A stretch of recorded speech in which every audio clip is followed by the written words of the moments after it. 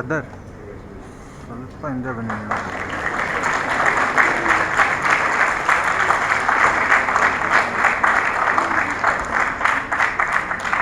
ಲೆನ್ಸ್ಗೆ ಅಡ್ಡ ಹೋಗ್ಬೇಡಿ.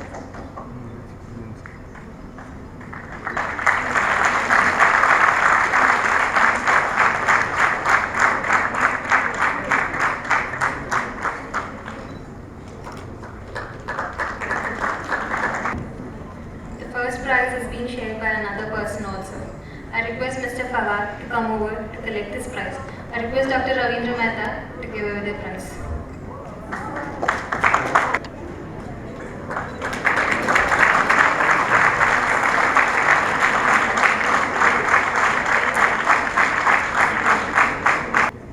Thank you, sir.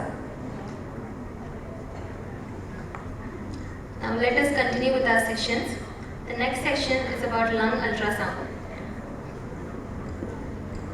3 cheers for respiratory therapy.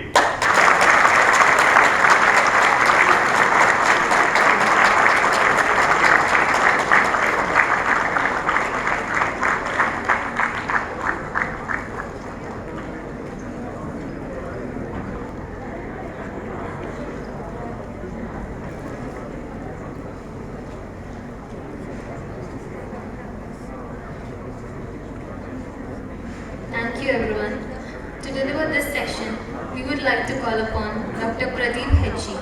He is currently working as a senior intensivist at Apollo Hospital, Jayanagar branch. He has a work experience of 11 years in ICU and anesthesia department.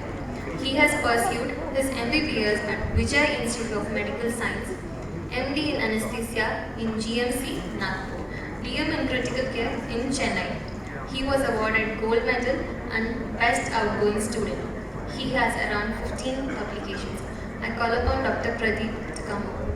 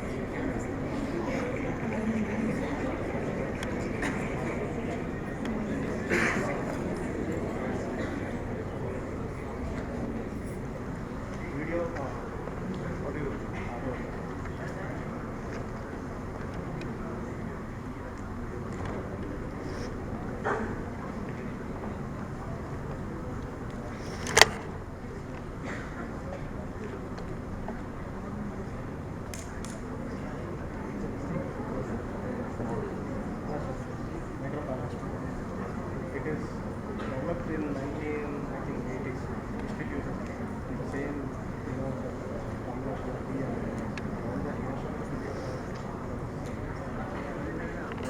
it is free and public.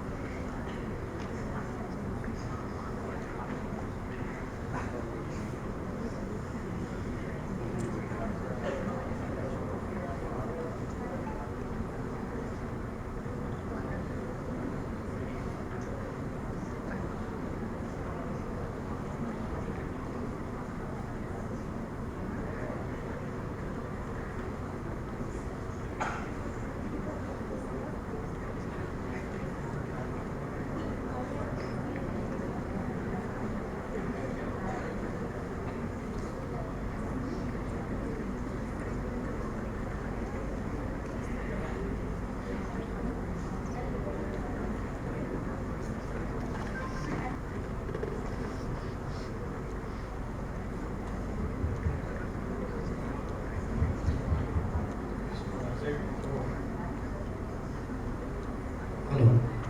So as I told, this is how to, the mark the anterior, lung points. That is, upper this thing, blue point to the lower. That is what the examiner there is showing us, and is also, showing the flaps point, which is the posterolateral alveolar pleural syndrome point.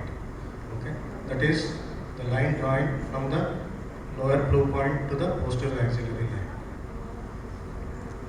Why this blue points, why they have been defined is because he did it by using a two hands, because roughly that signifies the size of the lung, and it also avoids the heart.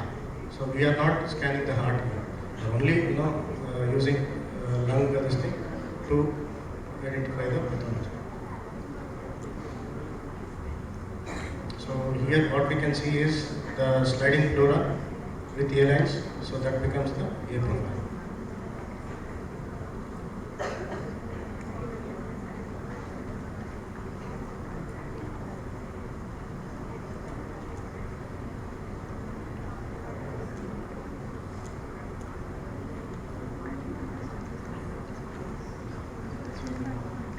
Here, what is this Merlin space? Merlin space is nothing but again the space between the two ribs that is extended till the posterior aspect of the lung. So nothing much about that.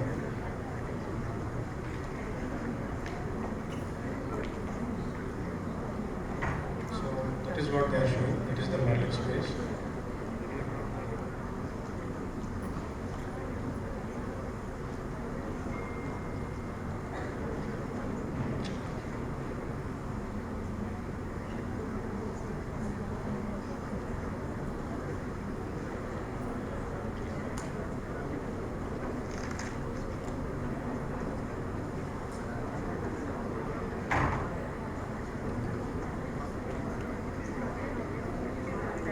What are we doing here?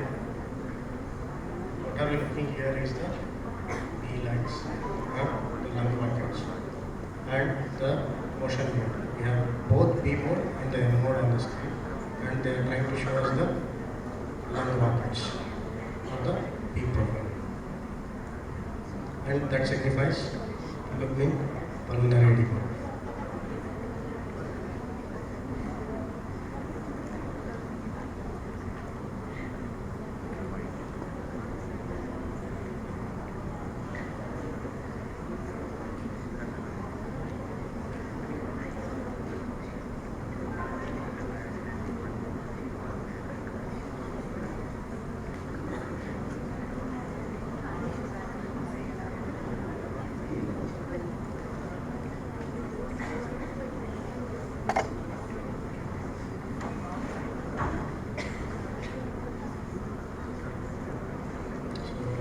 Clearly see that this is a B profile with at least more than 4 lung pockets, B lines, and that signifies pulmonary.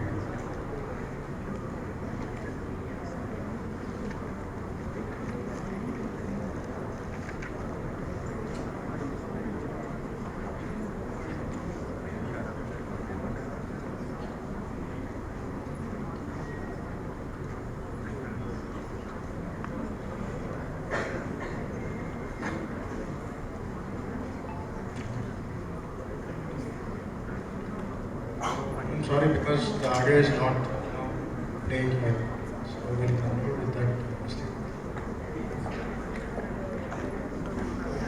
Still more things to discuss. The specificity or the sensitivity is very good, so there is no question of the doubting about the accuracy of the flow protocol. Next. So we saw this, the advantages of the respiratory applications. So what I want to tell here is assessing the patient who has dyspnea, it is not only the lung, it has to be the heart as well. So the circulatory application of the lung ultrasound to look in for other this thing is also very important. Like in case of trauma, in case of other this thing. So that can't be a question. So in gross and in nutshell, with the evidence, this is what it shows. So if you take the other protocols that encompasses the lung ultrasound, the other this thing is the FAST protocol. Again, for assessment of shock, the lung ultrasound or the evaluation of the lung is very important to identify the cause of shock. So it is an integral part of evaluation. So lung ultrasound alone cannot go isolated. That's what it signifies here. So there is something like the extended blue protocol. Okay, why this thing concept has emerged now? That is because these are the recent concepts which have been discussed. Because the signs and symptoms, even the specific signs what we talk, they may be interspersed between all these different pathologies. So that is the reason why there is some sort of studies that have been going on and which they are looking into, and they want to what is extended blue protocol? It is including other aspects of evaluation like clinical this thing or the radiological this thing, so that the diagnosis is done appropriately. Although this may take time, but it is part of this thing, and studies are going on this. So just to give an example of extended blue protocol, what it is. The differentiating between pulmonary edema and pneumonia, as we saw that it is almost the same, the B profile or the B dash profile, it may not be the same even in the patient. The B dash profile isolated is very difficult, it may be a mixture of signs.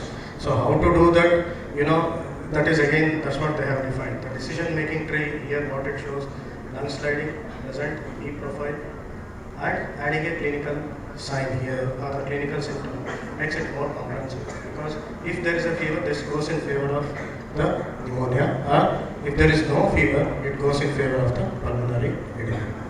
So similarly, we have another thing, okay, that is how to differentiate pneumonia and PE. This can happen in a patient who has a pneumonia, can have PE, because we see the patients who are complex, who are having multiple problems. So again, integration of the data from lung ultrasound is can be done, and we can rule out or we can classify them accordingly. So what is the thing? Again, what we can see, the lung sliding if it is profile and if it is a A profile. Okay. Next we do a sequential venous analysis as I showed you. Okay. If the veins are not thrombosed, then look at the flaps point.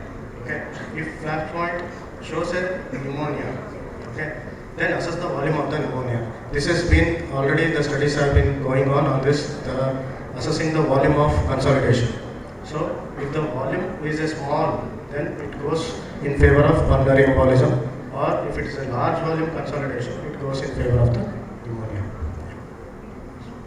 So we do have similar this thing, okay, called as the PINC protocol. So what is PINC protocol? PINC protocol is the patient is not dyspneic here, okay, because the patient is on the oxygen and maybe is paralyzed. So there is some sort of PINC protocol which is also used. Okay. It is again, see, the PINC protocol is more comprehensive, and it is essentially to diagnose the ARDS, okay, to know the extent of the ARDS. Okay. Maybe in future this may help us, in prognosticating the patients as well. The studies are going on. We don't know about this at this point. And what is it? The PINC protocol includes, scanning the extensive area of the chest. That's it. Okay. Same areas as defined in the blue protocol, but scanning the extensive areas like the posterior aspect, like the lateral. We don't consider lateral pathologies here in the blue protocol, but the posterior and the lateral pathology, scanning comprises the PINC protocol. That is to quantify the amount of, the consolidated lung and to classify the ARDS. We know that ARDS is heterogeneous. That's the reason why this protocol has been brought up. So there is something like I already told. See, lung ultrasound alone can't go in isolation. It has to be, in combination with the scanning of the heart. You need not essentially have a full. You need not be an expert echocardiographer to diagnose the things. Okay, as we can see here, okay, the FAST protocol is nothing but ruling out the shock in a sequential manner. Again, this takes less than 2 minutes. So all in all, 3 plus 2, within a matter of 5 minutes we will have a diagnosis and we have a solution for it. So the FAST protocol here is it is ruling out the obstructive stroke first. Okay. So what are the obstructive causes? The pericardial tamponade and the right ventricular dilatation, that is because of the pulmonary embolism. So as I told you, it has to be the scanning of the heart has to go along with the lung. It is not in isolation. And ruling out the cardiogenic shock if it is there. Okay. Again, identifying the blue protocol, it is important here. And also in obstructive shock, the other important cause is the pneumothorax, where we can identify the A' profile and we can say that this patient is having pneumothorax. And the next shock that we give importance is hypovolemic shock. Again, identifying an A profile and saying that this patient is hypovolemic, combining it with the cardiac this thing is makes it more important. And distributive shock, the septic shock, which is our bread and butter. So identifying the patients who require fluid therapy is very important. Why is this? Because see, we can see two aspects here. This is A profile and this is a B profile. So if I see this, I won't be giving the fluids. I will stop giving fluids anymore. So these are the few protocols that makes the examination more comprehensive. So similarly there is one more protocol, that is CSAM, that is in a cardiac arrest situation. So practically how to do CSAM is starting from the lungs. It is not the heart. You are not supposed to look at the heart first. So look at the pathologies that is causing the cardiac arrest. This is CSAM protocol is for cardiac arrest. It is also a sequential diagnostic. So if there is a pneumothorax, if there is a large pleural effusion, if something, so that is the most important this thing. And subsequently we go for the lower compressive ultrasonography of the limbs, and we look for the DVT. If DVT is there, the cause for arrest is pulmonary embolism. And third is the abdominal scan, free fluid, identifying the free fluid and telling whether this patient is having hemorrhagic or it is hypovolemic shock. And the fourth is here looking into the pericardial window and telling it is and ruling out the pericardial tamponade. And fifth is the heart. So heart is last, lung is first in this protocol. So again, what I am trying to emphasize here is isolation, nothing can work. Okay, we need to have comprehensive answers. So we have to do all these things. So again, this takes at a max 2 minutes to identify the cause of shock. So I'm done. Yeah, thank you.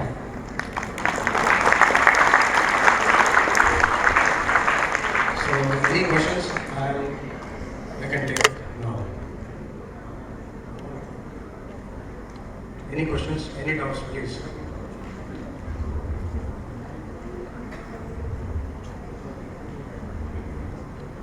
Any questions? Please raise your hand.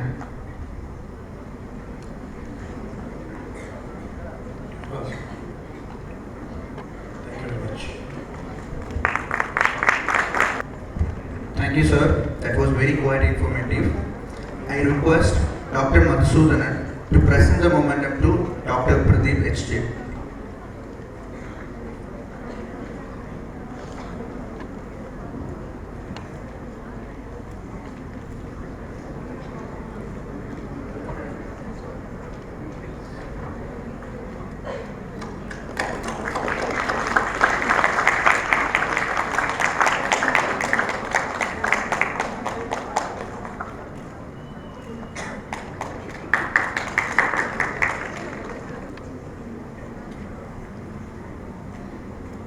So it's time to take a break for lunch.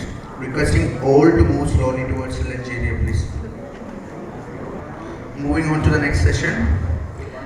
Next section is about recent advance in non-invasive ventilation. This session will be lectured by Dr. Arjun Alva. Dr. Arjun has completed his MD in anesthesiology. He pursued international training, fellowship in critical care medicine from NHS, UK. Currently, he is working as administrative head and consultant Critical Care Medicine at Narayana Hrudayalaya. He is the head of Respiratory Therapy Department at Narayana Hrudayalaya. We welcome you, sir.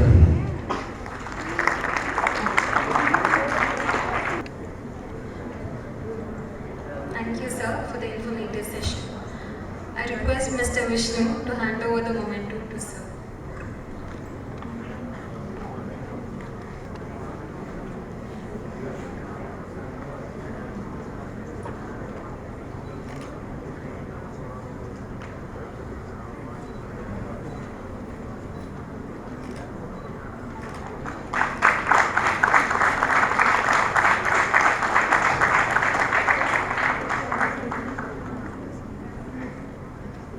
Thank you, sir.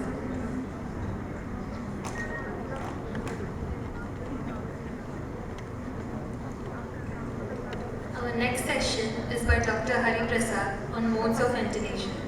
Dr. Hari Prasad is working as consultant in pulmonary and critical care at Apollo Hospitals, Bangalore for past 3 years. He graduated from GMC Trivandrum, completed his post-graduation in pulmonology from Jawaharlal Institute of Post-Medical Education and Research, Pondicherry. He completed DM in Pulmonary and Critical Care Medicine from the prestigious Postgraduate Institute of Medical Education and Research, Chandigarh. He has keen interest in research and has more than 15 publications in his credit. I call upon Dr. Hari Prasad. Am I audible? Ventilation. So from the outset, it's not the right time to give a talk on modes of ventilation at 2:30 p.m. Not 2:30, it is 3 already. Especially after a good lunch, my pardon for being, I myself was sleeping the last one. So modes of ventilation is like gravity. All of us are familiar with this modes of ventilation, but it is quite difficult to put it into words there. I'll try to put some of those into words and try to explain what we usually use in our day-to-day practice. Some history before I go into the modes of ventilator. So the history of modern ventilation begins with the various versions of what was essentially the iron lung. The initial ventilators were all negative pressure ventilators, where instead of putting the endotracheal tube inside, you would put the patient inside a kind of cage where the negative pressure was applied, and the thoracic cavity or the ribs were expanded by giving a negative pressure. So these were the original negative pressure ventilators, which were later called as the iron lungs. This was soon followed by the positive pressure ventilators, where you use the endotracheal tube, and that is how the modern era of invasive ventilators were born. And that is how the various modes of ventilators were developed and subsequently came into practice. So what exactly is a ventilator? So most of us who have worked in ICUs or handled ventilators must be familiar with these different terms, that is CMV, SIMV, pressure support, and so on. So all of these denotes a particular kind of mode of ventilator. However, it is very surprising that we don't have a uniform definition for a mode of ventilator or a standardized definition. There are there are multiple reasons for that. So if you search the PubMed or you go over the internet, you search the literature, you don't have a very unified definition for a mode of ventilator. These are some of the answers you get if you search the PubMed or some of those research journals there. Some of the answers you get is, has defined it as during mechanical ventilation, the mode is one of the principal ventilator settings. Modes of ventilation are the shorthand terms or acronyms used to describe how a ventilator is behaving in a certain situation. And what is the reason for this? The reason is nothing, because there has been an explosion in the complexity of ventilators. The ventilators went from something you see in the first figure, which is just a box with some basic modes there, to the ventilators like what you see below hand, which incorporate things like an artificial intelligence. So these has gone from basic modes to such high level complex ventilators within the span of hardly 30-40 years. And there is a lack of standardized system capable of describing all these complexities. So that is the reason for the confusion in these modes of ventilation. So I am not going into all these complexities there. I am going to present how you can describe these modes of ventilation with the help of few terms and few variables there. So all you need to know is three terms there. One is a trigger, a limit or a target, and a cycle variable there. So what are these things? So you have a trigger variable which determines the start of inspiration. A breath can be time, flow or pressure triggered. These are the variables. These are the things which determine how a breath is started. Then you have a limit or a target variable, which is a variable which is not allowed to rise above a preset variable or a preset value during the course of a breath. And the third one is something we call as a cycle variable, which ends the inspiratory breath and breath can be flow, pressure or volume cycle. So you just need to know these three things and you can define almost all the modes of a ventilator. So I'm just giving you an overview of all the different types of modes you have in vogue. You don't have to know all these things because we hardly use all of this in our practice. We hardly use a few of these in our usual practice there. So the first one is usually the continuous mandatory ventilation. So here what happens is that all the breaths are mandatory and are time triggered and volume or pressure limited or targeted and it is time cycle. That is, the patient has no say in how the breath is being triggered. You set a particular rate and the ventilator delivers the breath. It is difficult to use in the presence of active respiratory effort. That is, if the patient is trying to trigger the breath, there is no option. The ventilator is not going to listen to him. Understood? So, if at all you are going to use a continuous mandatory ventilation, the patient has to be heavily sedated. So, these modes, this pure continuous mandatory ventilation is no longer seen in the ventilator. This has been superseded by what we all use in our usual practice, but we call it as assist control ventilation. So here what happens is that other than the timed breath, patient can also trigger the ventilator. But if the patient doesn't trigger the ventilator, what it does is it gives a time triggered breath. Say if you set a breath of say 12 breaths a minute, what the ventilator will do, it will wait for that particular time. Is the patient going to take a breath within that particular time frame? No, the patient is not triggering a breath. It will give a time triggered mandatory breath. No, if the patient is triggering a breath within that time frame, the patient can trigger a patient triggered breath. We can see this in the next graph. Here this is a volume continuous mandatory ventilation here. So what does the physician set here? The physician sets a preset flow or the volume. You set the preset rate and you set the other parameters, that is a P, FIO to a norm. And what happens to the pressure? The pressure is dependent on your volume and your airway pressure and compliance. Now the next slide is where you have the assist mode. Here what is the difference? Here the patient can also trigger. So that small green reflection that you see in the airway pressure is where the patient is triggering. Understand that if the patient had not triggered this, the ventilator will wait for the time triggered breaths to kick in. This is the only difference between assist control and your pure continuous mandatory breath. So next is the pressure control. For the controlled mandatory breaths, there are two variations there. One is the pressure and the other is the volume. The difference is only in the way it is delivered. One is the volume, the other is the pressure. In pressure controlled mandatory ventilation, it is again time triggered. Here instead of volume, it is pressure limited or your target is pressure and again it is time cycle. So here your set or your limit is your pressure. And what happens to the volume? The volume is a function of your airway pressure and also your pressure control. Suppose the patient has poor lung functions or say the patient has a very severe ARDS.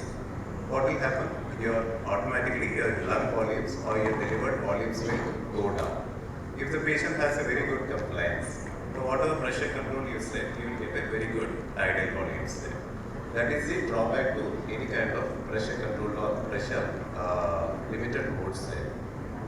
Depending upon the patient's lung compliance, your delivered ideal volumes will change. Whereas in volume control modes, what will happen is, irrespective of whatever be the lung compliance, the ventilator will deliver the set ideal volume, but at the risk of barotrauma. So when to use the assist control or CMV modes? Now I will be using the assist control and CMV modes interchangeably because in our normal ventilators, the CMV modes are never seen. It was seen before, nowadays it is all assist control only.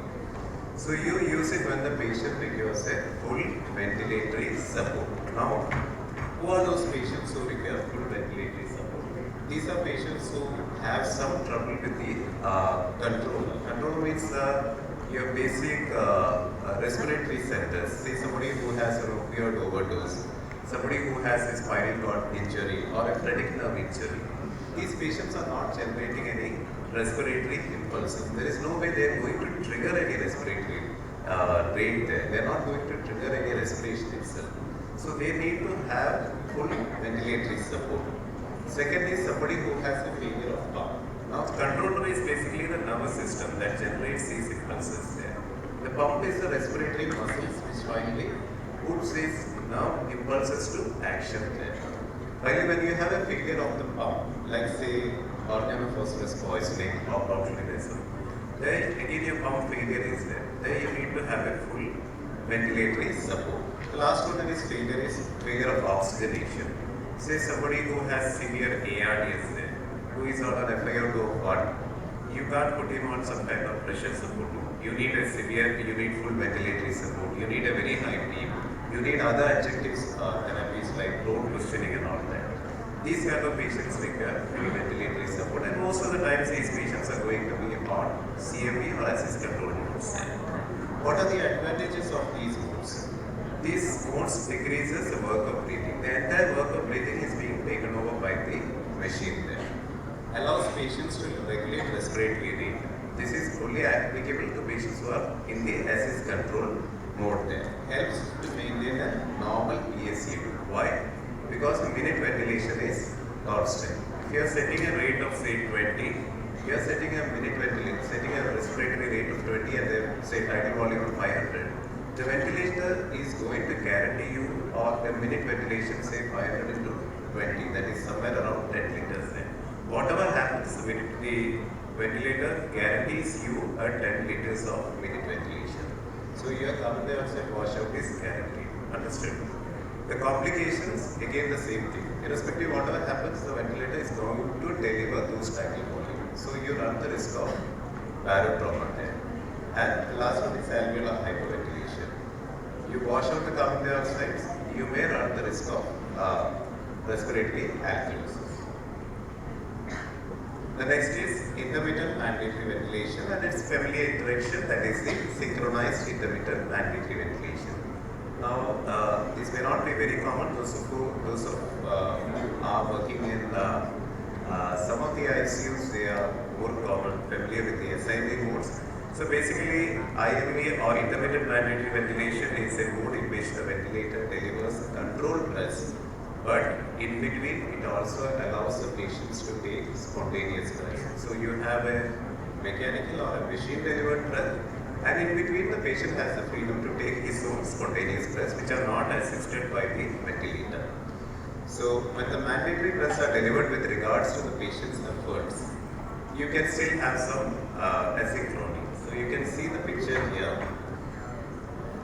Can you see the picture here? The first one is, I think this has got jumbled up here.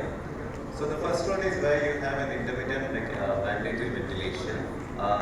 This is a mechanical ventilation in the bold lines. The below one is superimposed one is the patient breath. The first breath has been delivered when the patient is not even taking a breath. So there is no correlation between the patient breath and the mechanical breath. This can lead to some amount of asynchrony there. In the second breath, the machine breath has been delivered as soon as the patient is taking a breath. This has been synchronized with the patient breath. So when an intermittent mandatory ventilation or IMV is synchronized with the patient's breath, it is called as synchronized intermittent mandatory ventilation. That is all the difference between your intermittent mandatory ventilation and synchronized intermittent mandatory ventilation. So just like your CMV and assist control, the intermittent mandatory ventilation is no longer used. Almost all ventilations now uses SIMV. So these are all theoretical considerations only. Almost all ventilators you will have only SIMV. So what are the advantages to SIMV? So SIMV is somewhere in between full ventilatory support and partial ventilatory support. So this is a volume ventilatory volume SIMV. Here you can see these are machine supported breaths, and in between you have the patient spontaneous breaths there. So what do you set in this? If it is a volume SIMV, you set the volume just like your volume control breaths here. And if it is a pressure SIMV, you set the pressure, respiratory rate, peak and your FA. In between, the patient has the freedom to take his own spontaneous breath. And now in most of the newer forms of SIMV, you have these spontaneous breaths of the patients being supported by pressure support. What's the advantages? As we saw in the previous one, when the patient takes a spontaneous breath and if it is not supported by the ventilator, it usually leads to fatigue. So when your patient's spontaneous breaths are supported by the pressure support, you can see that it results in a much better tidal volume. So now most of the SIMV that you have an SIMV mode, and in between the patient or the spontaneous breaths, you have the option to give a pressure supported breath. So the SIMV can either be volume SIMV or pressure SIMV, and in between the spontaneous breaths, you can have a pressure supported breath. Now when to use SIMV? It is mostly used as a bridge for transition between full ventilatory support to partial support. Mostly used as a weaning mode, but the evidence is, it is always plus minus. There are some evidence that it doesn't help, some evidence that it helps. It is closely to prevent respiratory muscle atrophy. Disadvantages again, if you set the respiratory rate quite high, it behaves like your CMV. And it also has the risk of barotrauma if you put the settings quite high there. Now coming to the neo modes, why do we need them? So as you saw before, the conventional modes often fail to match the patient's requirements. A ventilator optimal for one point of time may not be appropriate with patient improvement or deterioration. The neo modes make alterations with changing lung and take feedback from the patient parameters, thus completing the feedback loop, and are also called as the closed loop type. So what are the benefits of the new modes of ventilators? These are adaptable to a wide variety of patients. They are able to adapt to the changing lung mechanics. They are able to utilize the lung protective strategies. They shorten the weaning time. They shorten the time spent on mechanical ventilation. Now there are more than 100 new modes of ventilations. We can't theoretically go through all of that. I'm just highlighting two of the commonly used modes in our ICUs there. One is the pressure regulated volume control, and the other one is adaptive support ventilation. These are some of the other modes which I showed you. So first one is a pressure regulated volume control. It is also known as auto flow, adaptive pressure ventilation, volume control plus volume targeted pressure control or pressure control volume capturing. All these are alternate names for the same mode. So what happens here is that the ventilator measures the delivered tidal volume and then it adjusts the pressures so that you reach the set tidal volume. So here in the graphic output, you can see that the first tidal volume or the first breath you have, the tidal volume is calculated. It compares if this is adequate or this is similar to the set tidal volume.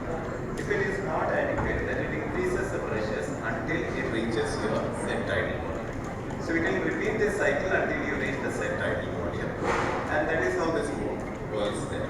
And it will keep on repeating this cycle. And at some point, if the tidal volume overshoots, or if the tidal volume crosses the set tidal volume, it will automatically reduce the delivered pressure. So it monitors every breath there. So it takes off the monitoring from your part there. So what happens is that at no point of time will the ventilator provide too much of pressure or too little pressure there. Every breath will be the optimal pressure to give you the set tidal volume. So this is the advantage of using a pressure regulated volume control. That is, it reduces the work of breathing, it maintains the least inspiratory pressure, it changes, it adapts to changing patient needs. That is, the patient is slowly coming out sedation, or say patient is improving. As the patient improves or comes off the ventilator, he requires less and less of the ventilator support. And what the ventilator does, it provides less and less of the ventilator support. And it uses a decelerating waveform. Decelerating waveforms are always comfortable for the patient. What's the disadvantage to this one? As we saw here, when the patient requires or patient efforts are more, the ventilator automatically reduces the support that it provides to the patient. Now sometimes what happens is that the patient may become tachypneic, or patient requires an extra support from the patient, from the ventilator. Say patient develops fever or sudden bronchospasm and the patient requires more support from the ventilator. The ventilator cannot understand this thing. Patient will still further reduce the pressure. So automatically what happens is that instead of providing an extra support when it should have been, the ventilator will reduce the support, and this will lead to a spiraling crisis or a cycle where you will ultimately land up with some adverse outcome. Now the next one is volume support. This is like your PRVC only, but it is mostly used in patients who are spontaneously breathing. So it is entirely spontaneous support. There is no backup here. It is just like a pressure support, but here you have a target tidal volume. It adjusts the pressure again just like your PRVC, but there is no backup mode. There is no mandatory breath. If you are putting a patient on pressure support mode, just like when you are weaning a patient, you can just put the patient on volume support and you'll be happy that okay, the ventilator is gonna give you a certain target tidal volume. That is all is with volume support. Here you can see the graph looks more or less like your PRVC. The only difference is here that if the patient goes into apnea or if the patient stops breathing, the mode is not going to do anything there. It will just cycle back to your controlled ventilation. Now, what are the advantages of volume support? There aren't many. It is just like your pressure support. It is basically that you can just get the happiness that it is the pressure support, but it gives you the assurance of that set tidal volume being guaranteed. Now, adaptive support ventilation, this is one of those newer modes which have come recently. Don't confuse this with the adaptive servo ventilation, what sir was showing in the last one. Adaptive support ventilation is an invasive mode, whereas adaptive servo ventilation is a non-invasive mode. So this is a near ventilatory mode which uses a closed loop control mode between the breath. Now the advantage for this mode is that it is a mode which you can put a patient on. You don't have to change any settings. The ventilator will take care of the entire cycle or process from initiation of ventilation to extubation of the patient. So here the settings are a little different. So this is how the graph or the settings on an ASV look like. Those who have used this ASV mode, it is very easy to set the mode. You will have only 3 settings on this one. On this side, on the left hand side, if you see, these are the settings on the conventional ventilator where you have CMV, SIMV, spontaneous and all that things. You have pressure control, pressure support, you have TI, VT, I ratios and all that. On the ASV side, you just have percentage minute volume, you have a beam and an FIO. So what happens in ASV is that you set the ideal body weight for the patient. So that is the only parameter you actually enter into the ASV, and then the ASV calculates a percentage minute volume. And any settings further or any increase in minute ventilation or decrease in minute ventilation that you have to do is based on this percentage minute ventilation. It is quite easy to use for those who have used this thing. So if you have to increase or decrease your carbon dioxide levels, it is done with the use of this percentage unit ventilation. And if you have to increase your oxygenation, it is by increasing your FiO2 and your PEEP combination. So when we use ASV, you get this particular screen there, and with this a nice rectangular box and this X and Y axis, where on the X axis you have the vertical axis you have the tidal volume, and on the Y axis you have the rate. And this rectangular box is your protective safe or the safety box there. So the green one is your target, or the how the ventilator tries to make sure or tries to bring the patient into, and the yellow one is what the actual breaths are. So when you start the ventilator or when you put the patient on ASV mode, initially you will see that almost all breaths are controlled breaths here. So you will probably start with 20 breaths there, and then all the spontaneous breaths will be zero. And slowly as the patient weans out of it, as the patient becomes conscious, slowly the patient improves there, the controlled breath starts coming down and the spontaneous breath starts increasing here. Understand that there are no other settings here. There are no alterations. You don't have to put the patient on SIV. You don't have to change the mode to pressure support. It all behaves as all in one mode here. So as the patient is ready for weaning, what you will see is the spontaneous breaths. All the breaths are spontaneous breaths. Your inspiratory pressures have come down. All the breaths are within this rectangle, and then you extubate the patient. We don't usually use this mode when we are back in our residency, and we used to use this mode a lot. So what are the advantages? It can be used in most of the intubated patients. It reduces the ventilator time. It gives very less of user interactions. It has shorter weaning time. So we actually did a pilot study for the use of this mode on a non-invasive setting, and again we replicated the results that you can actually use it in a non-invasive setting with minimal interactions. Also, we had recently published it as well. Probably in the future we may get to know. Now again, I think I don't have to go into this much, but it is a very nifty mode there. As Dr. pointed out before, the only drawback to this mode is the cost of the catheter. The catheter is very costly, somewhere around 30,000. We used to use it even for monitoring patients. It used to work very well with patients with COPD. Now, all of you must be knowing how difficult it is to ventilate patients with COPD. They always have this dust stacking, asynchrony, and always post-extubation they will have trouble with weaning. They always post-extubation they go on NIVs and all. So when we used to put these NAVA catheters in these patients, what NAVA catheters do is that they sense even the most minimal or the minutest of the diaphragmatic contractions there. So practically there is no asynchrony with a NAVA catheter. So we used to see that this used to work very well with COPD patients. So even if you are not using a patient or you are not providing ventilation to the patient, if you just put the NAVA catheter there, you can actually see how the diaphragm works for these patients there. The only reason we used to use it that when the Philips or the Siemens, not Philips, the Siemens launched these catheters in India, we used to get it as some kind of program. So we used to get it as at a discounted rate back then. So this is a catheter which comes with this NAVA, and this is a combined catheter. So the Ryle tube feeding also happens with this catheter, and there is a particular way of putting this one. And it can only be used if you actually place a catheter in the optimal posture, which is usually done by making sure that the ECG artifact or the ECG lighting happens at the correct thing. This is how it happens. You need to bring this pink colored lighting in between two particular waveforms there.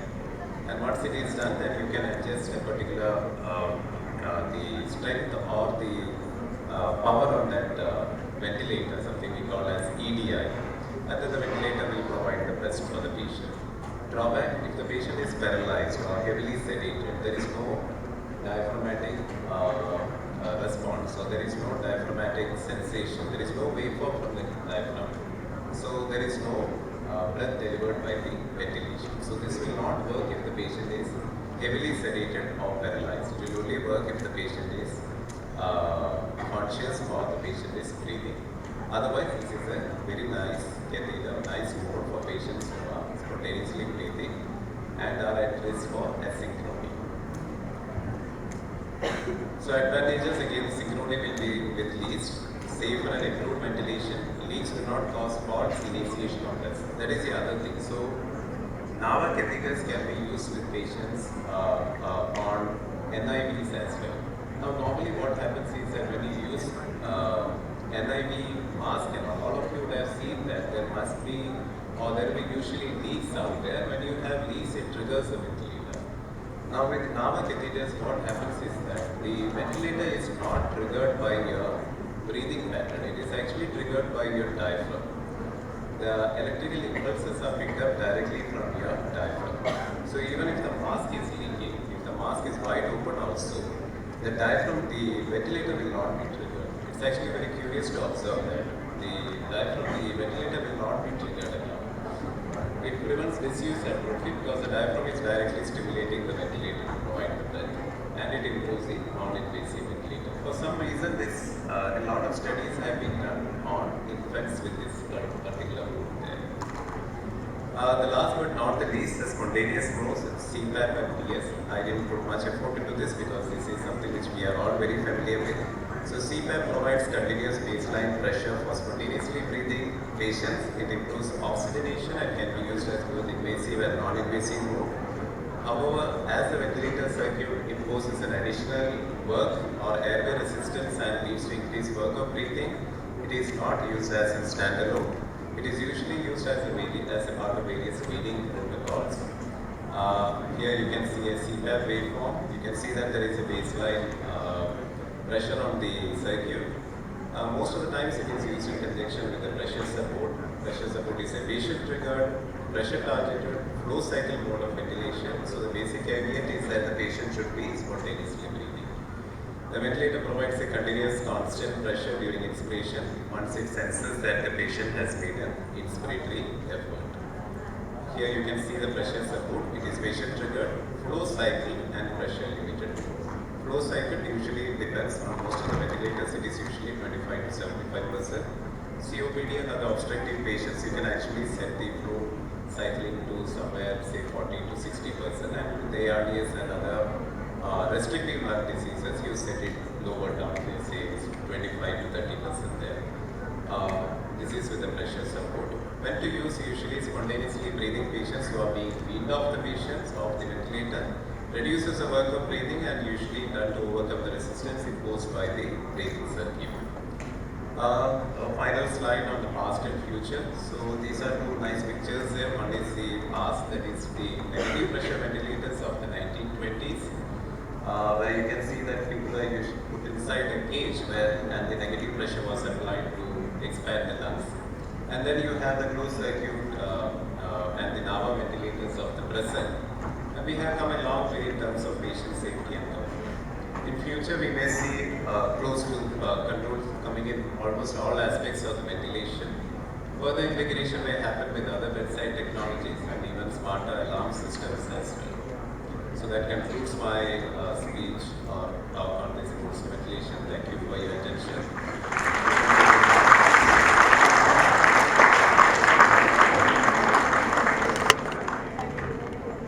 I know it is a difficult question, so a difficult topic, so I expect some questions will be there. But if they would have listened, they will ask you questions. They will be easy. Okay.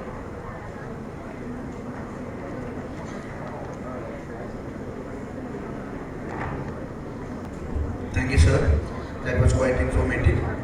Now I request Ms. Momita Chakraborty to present the momentum to Dr. Hariprasad.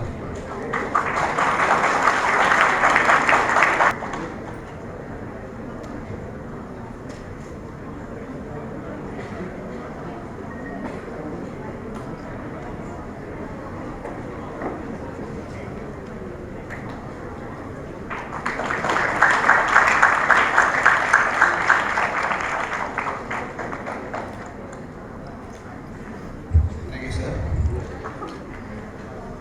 Now next section for the day is hyperbaric oxygen therapy. The lecture will be delivered by Ms. Momita Chakraborty. She has completed her graduation and post-graduation in respiratory therapy from Symbiosis Institute of Health Science, Pune. Currently, she is working as lecturer, clinical coordinator at Narana Hridayalaya Institute of Health Science. She is one of the board member in Rajiv Gandhi Institute of Health Science. She is the co-chairperson of Bangalore Regional Committee, Indian Association of Respiratory Care. Ma'am, I welcome you to the stage. Good evening, all of you. So today the topic of discussion will be on hyperbaric oxygen therapy. So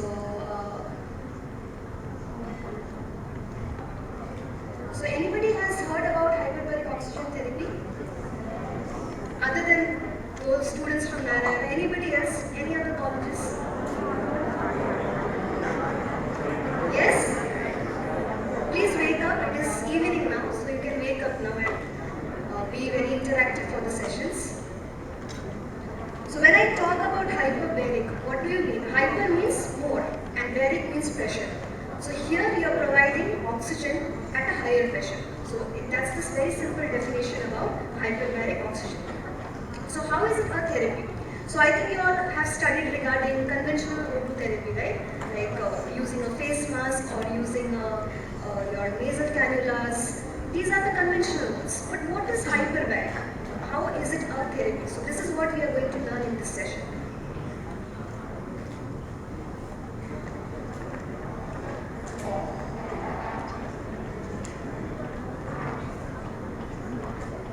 In hyperbaric oxygen therapy, the patient would be breathing around 100% of FiO2 at a higher pressure. So we all know the atmospheric pressure is 760 mm of Hg, which is equal to 1 atmospheric pressure.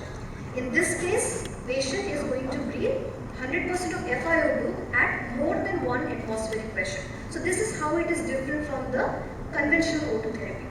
And another thing we have to remember is that this is not a definitive treatment. When I say definitive treatment means you are not going to put an ARDS patient in it. You cannot, this is definitely not an alternative to intubation or any other O2 therapy also. This is an adjunctive therapy. So when I say adjunctive therapy means it can be a continued therapy for many other conditions where you are already having pharmacological intervention or even post-surgical intervention also, you can be using it. Also, it is not just therapy for various pathological conditions. It is used for enhancing cosmetics. It is used for enhancing age reversal. So those kind of things also in hyperbaric is showing very progressive results. So what are the indications? So there are many indications for HBOT. However, based on the patient's condition only, you will be asking the patient to go for a HBOT. And yes, it is only the HBOT consultant who is going to tell us whether to put the patient for HBOT or not. So the main indications would be air or gas embolism, then carbon monoxide poisoning, which is further complicated with cyanide poisoning, Clostridium or gas gangrene, crush injuries, decompression sickness, arterial insufficiencies, central retinal artery occlusion, enhancements of healing of the wounds, severe anemia, intracranial abscesses, necrotizing soft tissue infections, delayed radiation injuries, acute thermal burn injury. So these are the set of indications which has been told to us by the HBOT Society. But these are just not the only ones. We have seen efficacy of HBOT in post-COVID cases. We have seen the efficacy of HBOT in traumatic brain injury, which I will be discussing further in the slides. Now, what is the mechanism of action? So going back to the physiology, we all know that around 100 ml of blood can carry up to 19 ml oxygen through the hemoglobin, and around 0.32 ml is being carried by the plasma. So this is the normal physiology which we all know. Now what happens when you increase the pressure, that is from 1 atm, that is 1 atmospheric pressure, to around 3 atmospheric pressure?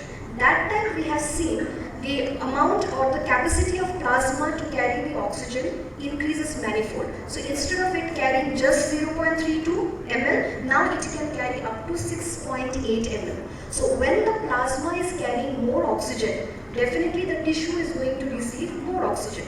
And that is how the tissue dearth for oxygen is met. So this is the basic concept how we can say that hyperbaric can be helpful in many conditions. So this is a very simple explanation, or you can see how we are relating HBOT to the physiology. Now biophysical effects, so the same thing I have mentioned again. Once there is an increase in the uptake of oxygen by the plasma, it definitely triggers vascularization. So neo means new. So there would be formation of new blood vessels from the old ones, that is the new vascularization, and angiogenesis, again formation of blood cells. Okay, so this is one of the biophysical effect which is seen when we are using HBOT in certain patients. Okay, so what is the instrumentation? Now, HBOT as a concept, as a theoretical concept seems very easy, but believe me, the instrumentation is very complicated, and it is only a trained professional who can operate it. So we are very lucky to introduce the respiratory therapist to be as HBOT therapist or technician also. This is the first time I think where we are given a chance to be a part of HBOT. So you can actually learn and get trained in HBOT and work as an HBOT therapist. So there are three components when we talk about the instrumentation. The first would be the pressure gauges, the oxygen compressor. The second component would be the chamber. And the third component would be the room, the hyperbaric room. Inside the hyperbaric room, there would be the chamber, there would be the control, and also there would be the chiller. So you know what is a chiller, right? It is like an AC. It manages the temperature inside the hyperbaric room. See, hyperbaric room temperature is always kept at a lower, like around 21 degree, not more than that. And along with that, the hyperbaric chamber pressures are also managed. So I will talk regarding that. So this is basically, these two pictures are basically the oxygen compressor, and this is the pressure gauges. Everything here is related to pressure. So the knowledge of pressure, what happens, what effects it can bring about is very important for us to learn. And any mistake from our end is going to cause a big trouble. You know that oxygen is a combustible material, right? So a little spark and it's all fire. Okay, so that is why safety measures, understanding what has to be done if at all something goes wrong. What are the safety valves present? Because there will be various valves. There is a deluge, there is a sprinkler inside. We as a technician or as a therapist should have a keen idea and understanding of these safety measures. Now this is the hyperbaric chamber control. So this control means, so this looks somewhat like a spacecraft. I think you all have seen. It looks like the aeroplane, the craft controls. It is something like that. If you ever have tried going inside the hyperbaric chamber, you will actually feel you are inside a submarine or you are inside an aeroplane. It is the same feeling. Okay? But these controls again has to be done by the professional. So I'm not going into the specification because this is beyond the scope of this topic. But I'll just tell you what exactly it is. So here you have to remember there are three phases. One is you pressurize. That means you would increase the atmospheric pressure inside the chamber. Okay. Second would be you would depressurize. So when I say depressurize means you would bring back the pressure of the chamber, which would be now equal to the atmosphere. It is same like the aeroplane concept. Can you open the door of a live aeroplane? Can you do that? Can you suddenly open? You must have traveled in flight, right? Can you open the door? Why? The major problem is the pressures. Here too, the door is made in such a way you cannot just open it until and unless the pressure is equalized. So that is the basic idea, and that is also a very important thing. We have to make sure you're 100% sure that you know the pressure differences. Okay. So what we do first is we prepare the patient. So when I say about preparing, it means patient cannot carry any kind of metal inside the hyperbaric chamber.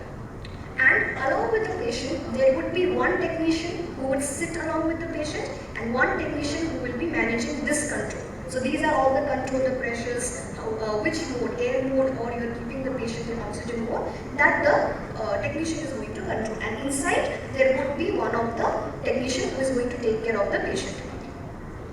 Now this is the chamber which I was talking about. You can see there is a door. Now this door gets locked when the chamber is pressurized, and this door will inside this would get equalized to that of the atmospheric pressure. Now, hyperbaric chamber can be of various types, okay?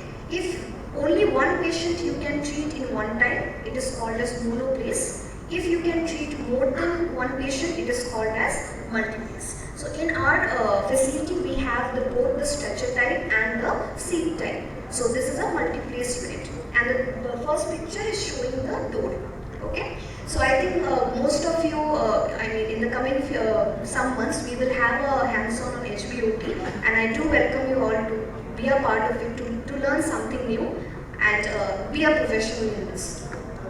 Okay, so first what we do is the first picture. Okay, it is just like the CPAP hood, or you can say the oxygen helmet, which we used in during the COVID time. So first what we will do is we will prepare the patient, we will make him sit inside the chamber, and we will place the oxygen. Now here is where the oxygen would be connected. That is 100% oxygen. But we are not going to start the oxygen as soon as we make the patient sit inside. Once he sits and settles, the second part would be the technician who is outside managing the control would pressurize the chamber in air mode. Air mode means inside the chamber only air is there. After the pressurizing is done, pressurizing means you can put as 1.5 ATA, you can put as 2 ATA depending on whatever treatment protocol has been prescribed. After it is pressurized, the door gets locked. So second picture here you can see the door is now locked because chamber is pressurized. Once that is done, after that only you will put the oxygen hood. You will start the oxygen for the patient. So the technician who sits inside the chamber is going to put the oxyhood, the helmet to the patient, and the technician who is outside will now start the oxygen hood. So this is the this is the phase how you pressurize and depressurize. You just cannot suddenly do it. Whenever you pressurize, do it in air mode. Whenever you depressurize, do it in air mode. Otherwise, there will be a difference of pressure that is going to affect. So one of the effects which it can have is you might get some tingling sensation in the ear. Very common. If you have traveled again in a flight, it is very common. You feel that numbness in the ears. So this kind of things will be there. But there might be some adverse effect, like the patient might develop pneumothorax. The reason why we want the technician to be inside is because if imagine the patient lands up into a tension pneumothorax inside the hyperbaric chamber, it takes time for us to depressurize.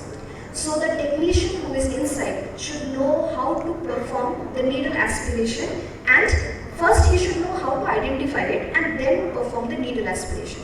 So that is very important. Whenever anybody is learning or wants to opt for this field, make sure you know how to do needle aspiration and you know how to manage any kind of emergencies. It can be even a cardiac arrest. So what is the treatment process? As I told you, there would be 3 phases. First would be the surface. Now this is one of the treatment protocol in wound healing. Okay, so first would be at the surface 5 to 10 minutes where there will be no depressurization.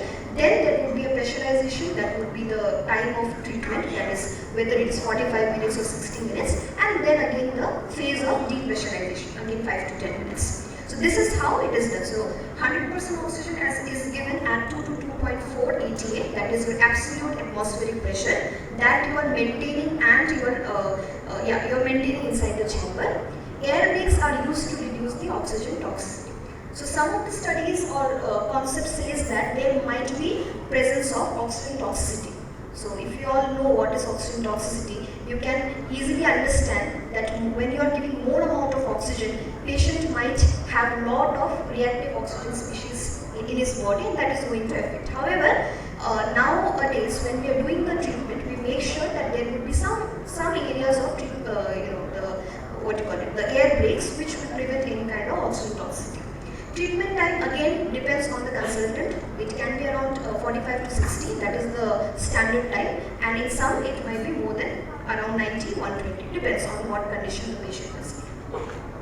Now this is one of the case where the patient has a diabetic foot and he is having, you can see the wound here. So he was about to go for amputation. You know what is amputation, right? There is sever in the leg. So in this see after HBOT sessions, the wound has completely got healed. And the theory behind this is there is new vascularization. Even HBOT is going to decrease the reactive oxygen species. It is going to decrease the inflammatory mediators. So this is one of the cases where we saw, yes, it is very effective in diabetic foot management, especially when there is such a huge scar and there is no other way but to amputate. That's the same thing as I mentioned. Mechanism would be neovascularization, decrease in inflammation, and it increases the extracellular matrix. So these all are, I think, as students you must have studied. I'm not going to go into the details about the inflammatory cascade and everything. So this is the basic understanding how the wound it would be healed. Now, can HBOT help in TBI? TBI is traumatic brain injury. So this is one of the study which shows that in mild TBI, there has been some betterment in perfusion levels in the brain. So I know here nobody can read the SPECT, brain SPECT basically. So you can see the second picture and the fourth picture. What do you notice? In the second picture you would see darker shades more, correct? While in the fourth picture you will see it is kind of lighter. So the lighter shade indicates more perfusion, that is more blood flow. So after 40 HBOT session, this is the SPECT imaging, it has shown that the amount of perfusion has improved in the brain, and due to which the patient had who initially had a lot of cognitive disabilities has now improved. So somewhere there would be an efficacy of HBOT. However, there has to be more research to prove it on a universal platform. Now what about HBOT in COVID-19? So coming back to COVID-19, which is the most important topic, and we respiratory therapists are only talking about it. That's the only topic we are knowing since 2 years. Yes, HBOT does something even in COVID-19. Now we all know in COVID-19, one of the key the phase would be cytokine storm. Also, there would be inflammation, exudative phase, fibroproliferative state, all this. I think you all know what the physiology says. So, it has shown that HBOT has anti-inflammatory properties, reduction in the reactive oxygen species, anti-platelet and anti-thrombotic effect. Why this is emphasis? Because COVID patients, many of them had shown hypercoagulation. That is why we would start a patient in lower molecular weight heparin, right? So somewhere even HBOT can reduce the impact of this hypercoagulability state in case of COVID-19. And yes, stem cell and cytokine modulation. Cytokine is nothing but they are all your inflammatory mediators, and it is also improving the tissue oxygenation. So these are the effect of HBOT. So this is one of the case I will be describing very short, because I know we are not too much into CT and everything, because you guys are students and you are learning the basics.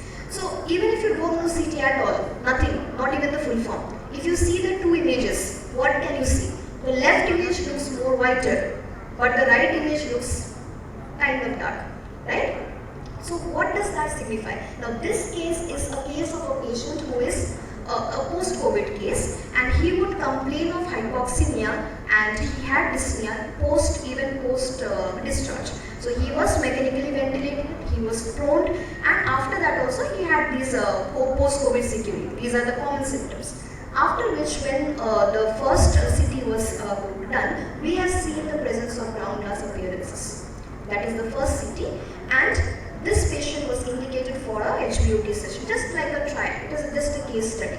And we have seen a marked, you can say, improvement in the CT, showing that there has been decrease in the ground glass opacity. So you can see the difference of the two pictures, right? So somewhere, yes, HBOT therapy can help in this case also. But as I said, we need more study to facilitate, to validate the results.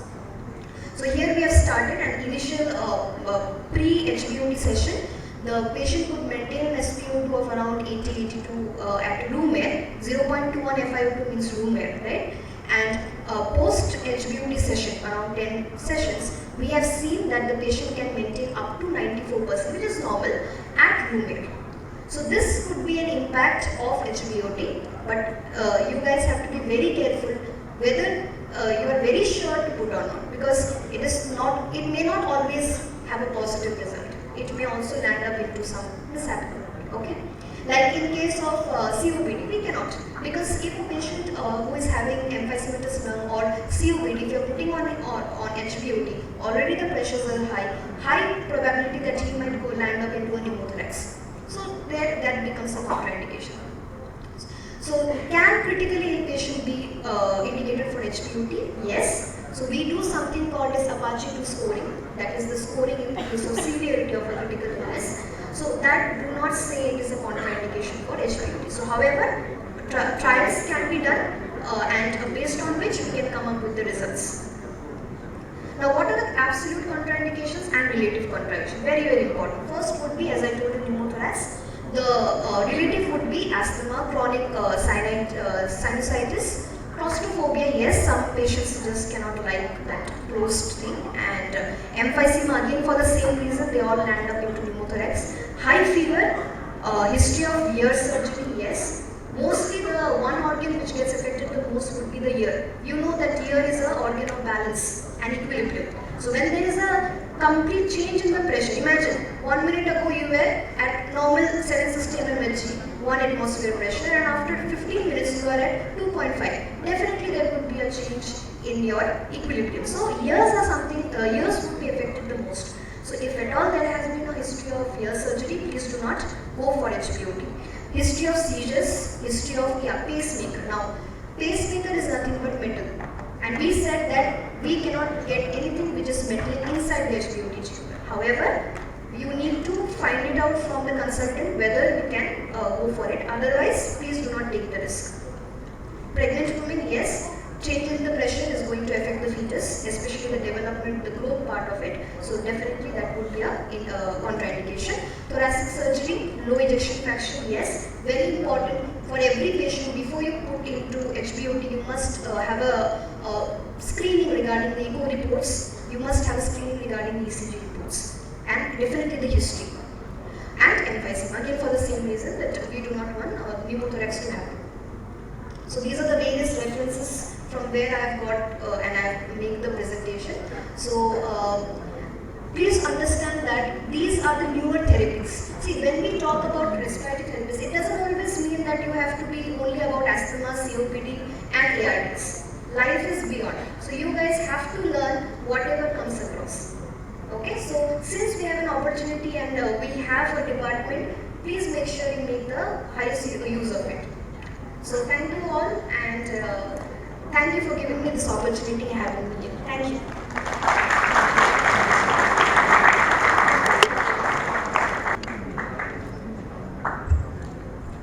Thank you, ma'am. Requesting Ms. Anmol to hand over the memento to Ms. Momita.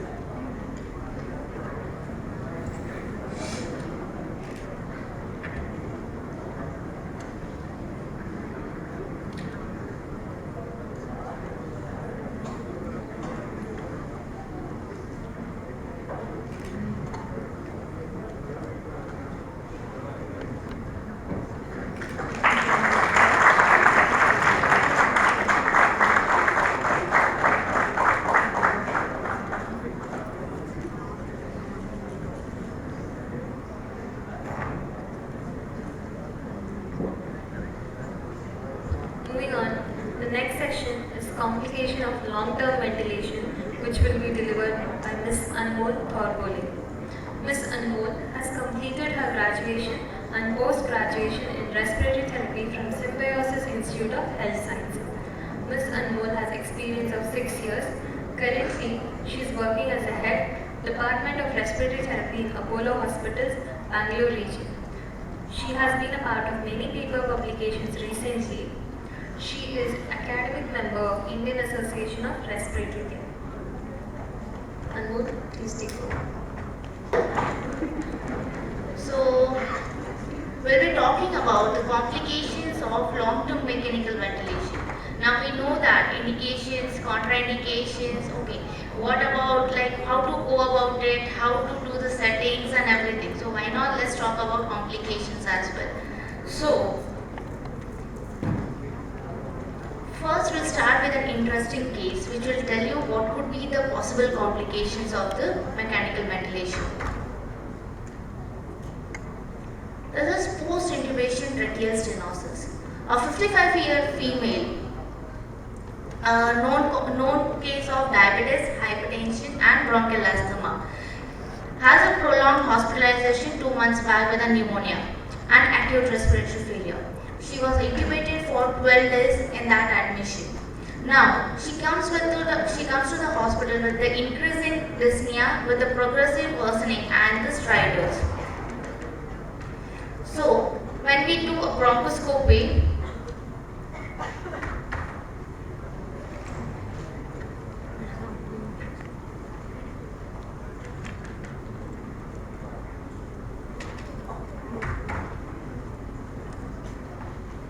okay, so this is the bronchoscopy finding. When we did a bronchoscopy, check bronchoscopy to find out the reason for her stridor. It was a tracheal stenosis, so which was requiring a recanalization. So now, first what we did is we had done an rigid bronchoscopy for her, in which we had to take the cautery cuts. In that, silicone stent we had inserted, and then the stent removal was planned for her. So this is how we had taken the cautery cuts for her stenosis. And this is the silicone stent which we had put for her.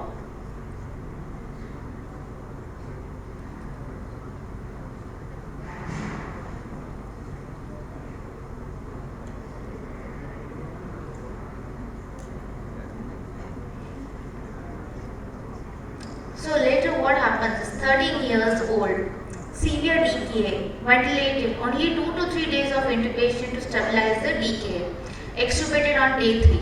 Post discharge, she again developed dyspnea and stridors.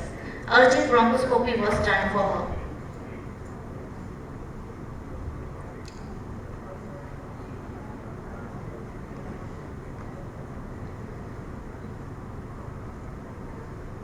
And in this case as well, we had done the balloon dilatation to open up her airways.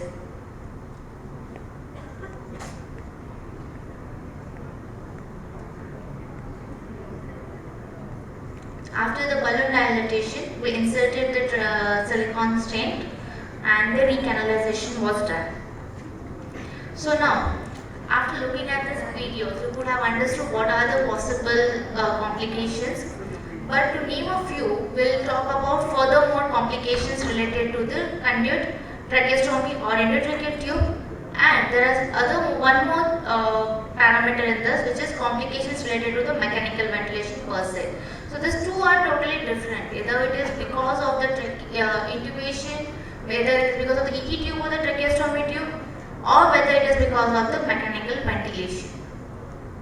So the related to the tracheostomy or endotracheal tube are tracheal stenosis, tracheomalacia, it could be tracheoarterial fistula, obstructions such as secretions and mucus pluggings, tracheoesophageal fistula, and tracheostomy tube dislodgement. Now, tracheostomy tube dislodgement is very common, like we do see it in the ICUs as well. Like sometimes some patient while mobilization and all the tube might get dislodged. So which is common enough. Obstructions such as secretions and mucus pluggings, it is quite normal due to the patient condition. So what we will be discussing in this topics are tracheal stenosis as we have seen, tracheomalacia, and we will be talking about few more complications. So now what is tracheal stenosis? Tracheal stenosis is an abnormal narrowing of the tracheal lumen. Most commonly occurs at the level of stoma or above the stoma, which is suprastromal but below the vocal cords. The tracheal stenosis may also occur at the site of tracheostomy tube cuff or at the site of tube's distal tip. In contrast, only 3 to 12% demonstrate clinically important stenosis that ultimately requires intervention. Relation to cuff pressure, it is always related to the cuff pressure because mainly we say why do we require to check the cuff pressures every day. This is the reason why do we require to check it. The minimal cuff pressure should be less than 25 and the cuff which you should use is high pressure low volume or versus low pressure high volume. We'll discuss about that. So see, as you can see, the low volume high pressure cuff, it puts more pressure on the tracheal walls as compared to the high volume and low pressure. So initially, like before, like few years back, we used to use low volume, high pressure tracheostomy tubes. But then, what happened is, due to many more complications, when the complications were reported, they stated, okay, we can just do something with the cuffs of the tube. So they generated high volume and the low pressure cuffs. So it is covering the larger part of the tracheal wall and it prevents the pressure ulceration as well and the tracheal ulceration over there. So this is the tube. Now what about tracheomalacia? So the tracheomalacia, it is a diffuse or a segmental tracheal weakness. Two distinct anatomical forms, it is cartilaginous and the membranous excessive dynamic airway collapse. Both conditions result in exaggerated luminal narrowing during expiration and widening during inspiration. So basically what happens in this is, when the patient is exhaling, the trachea starts collapsing. Okay? And this can result in expiratory airflow limitation, air trapping, retained respiratory secretions and failure to wean from the mechanical ventilation. So, I'd like to show you one more case. A 54-year-old female who had come with a history of chest pain on 11/9/2019 at her residence was taken to hospital where CPR and the defibrillator shock was given, and she was reported, intubated and CAG was done for her. She was extubated on third day of intubation, followed by she had a cardiac arrest which she was reverted and intubated again.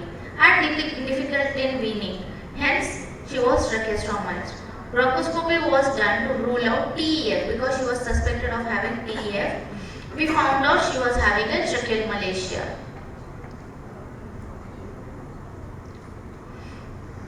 So in this video you can clearly see how the airway is collapsing.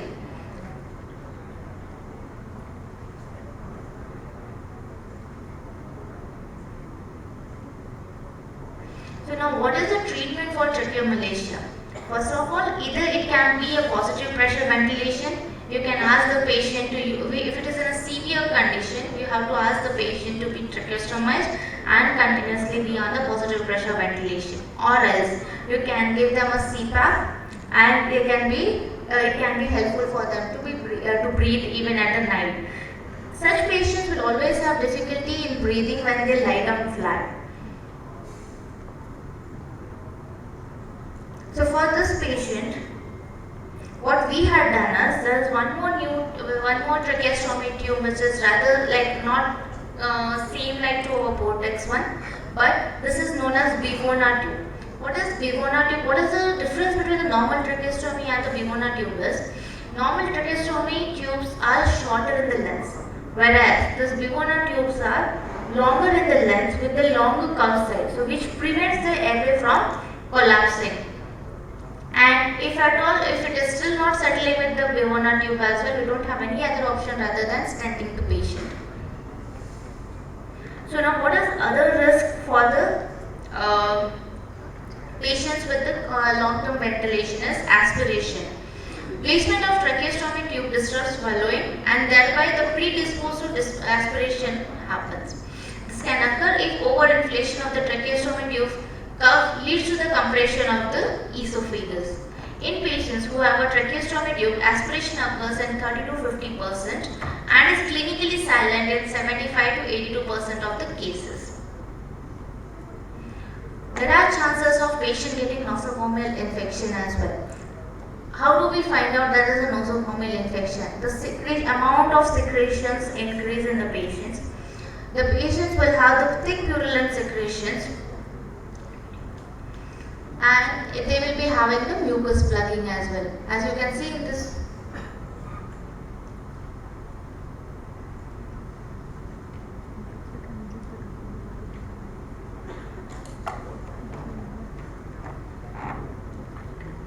so what are the it. So as we have discussed, aspiration and nosocomial pneumonia. Second is weakness, which is critical illness, neuropathy and muscular atrophy. Okay, which can lead to breathing difficulty, viscous cycle of this thing requiring high pressure support as well for the weaning. Second is immune system. The patient will have severe inflammation in the airways, which will ultimately hamper the patient's immune system. Sleep disturbance. And we don't have to explain, if a person has to sleep with the ventilator, obviously their sleep cycle will be disturbed. Second is venous thromboembolic disease. Why is it so? Because the ventilator patient will be always, most of the time, immobilized. Hardly they will be mobilized for few hours in a day. And for such patients, the risk of venous thromboembolic diseases is high. Joint contractures, pressure ulcers. Continuously being in the bed as well can cause sacral pressure ulcers to them, and this is also the complications related to the mechanical ventilation. And most important is reduced phonation, because when we put a tracheostomy tube, the patient won't be able to talk, and for a person like a human being, most important way of conveying anything is talk. If you are not able to talk even for a couple of hours, you will understand what is the pain of that patient who is on tracheostomy or endotracheal tube and how they convey and how it is difficult for them to lead that life. So, when this thing came up, the reduced phonation, following tracheostomy, many patients experience a reduction in or loss of phonation, the duration of which may be prolonged or indefinite, and the effect of which can be devastating to some patients. Some of the patients we have seen going into the depression as well, because they are not able to convey their feelings or they are not able to convey their work. So, in such conditions, when the patient is on tracheostomy, why not try a one-way speaking valve? Passive mute speech valves can be used. It is a one-way valve that permits inspiration through the valve, but expiration is prohibited by the valve. Importantly, the cuff must be fully deflated for this to be safe to the patient. Because it is having a one-way valve, expiration is not possible. So when you deflate the cuff, at least patient will be able to expire beyond the tube and not through the tube. And when the patient is trying to talk, the voice will come out through their tracheostomy tube. This is, and other equipment which we can use for the phonation is fenestrated tube, because the fenestrated tube has got the speaking valve in that, and which can be used as a patient for the patient to talk. And these are the types of speaking valves which we can use. Thank you. Any questions?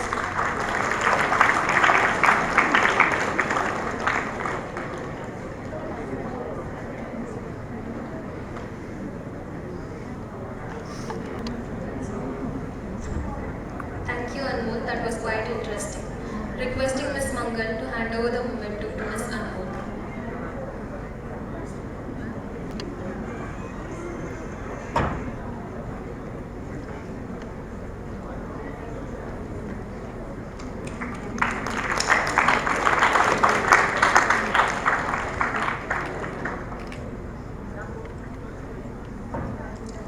Thank you, ma'am.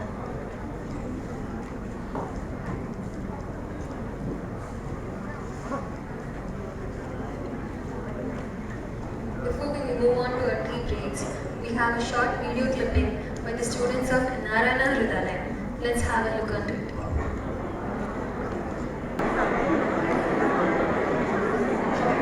Now let us take a short tea break and kindly request everyone to move on to our tea counters.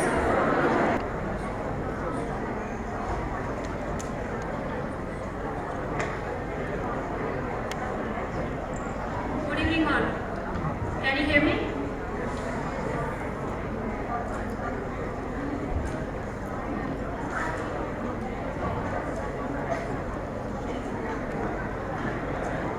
I am Vijaya Devi. I am working in Jain Hospital in the Advanced Pulmonary Rehabilitation Center. Unfortunately, in our country, nobody is aware about pulmonary rehabilitation. Fortunately or unfortunately, in the revised RGHS curriculum, they had given much importance to pulmonary rehabilitation. How many of you are from third year? Third year, please raise your hands. Third year respiratory therapy students. in your third year curriculum, they had given much importance to pulmonary rehabilitation. So, in this one-day conference, I haven't seen any doubts, but I have some doubts to ask with you. All of you know about these questions? I just want to hear the answers of these questions. If you know, please. Can you just read the questions? What's pulmonary rehabilitation? Who all will be the beneficiaries? What are the goals of pulmonary rehabilitation? How long we are going to do the rehabilitation? And how it is organized? How to start the rehab? And how the outcome is measured? And what are the equipments we are using in the pulmonary rehabilitation? So, third years, at least if you listen for another 20 minutes, you will be able to know the basics of pulmonary rehabilitation. So, first question is, what is pulmonary rehabilitation? So, I am not going to read the definition. It's like, initially we have to do the assessment for the patient, exercise training, education and behavior changes we have to do for the patient.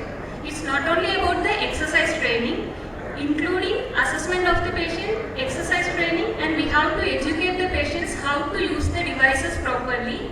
And definitely those who are coming to the rehab, they will be having chronic lung diseases. So they will be having psychological issues like anxiety, depression, all those things. So definitely we have to help them in that. So what are the components of the pulmonary rehabilitation? So first we have to educate the patient. So in India, as I said, most of them are, even pulmonologists, they are not aware about the pulmonary rehabilitation. How many hospitals are having pulmonary rehabilitation center? Can you just raise the hands? Which hospital you are from? Not able to hear you. CMC Value. Nice to hear that. In Bangalore, there is no hospital except Jain Hospital. Nowhere we are having a rehabilitation center. So first we have to educate the patient and we have to start the exercise training. In that we have to explain the basic breathing techniques to the patients. Along with that we have to give nutritional advice, along with psychological counseling also we have to do. So coming to the theory of the pulmonary rehabilitation, who all will be getting the benefits of pulmonary rehabilitation? Who all will be the beneficiaries? So from morning we are hearing about ICU. We were dealing with the different modes of ventilators, NAVA, everything we were discussing. If you are not interested to work in ICU, other than ICU, whether we can work somewhere else. Definitely, if you want to work apart from ICU, definitely you can go for rehabilitation centers. Definitely in the upcoming years, we are going to have much more advanced pulmonary rehabilitation in our country. So the beneficiaries will be COPD.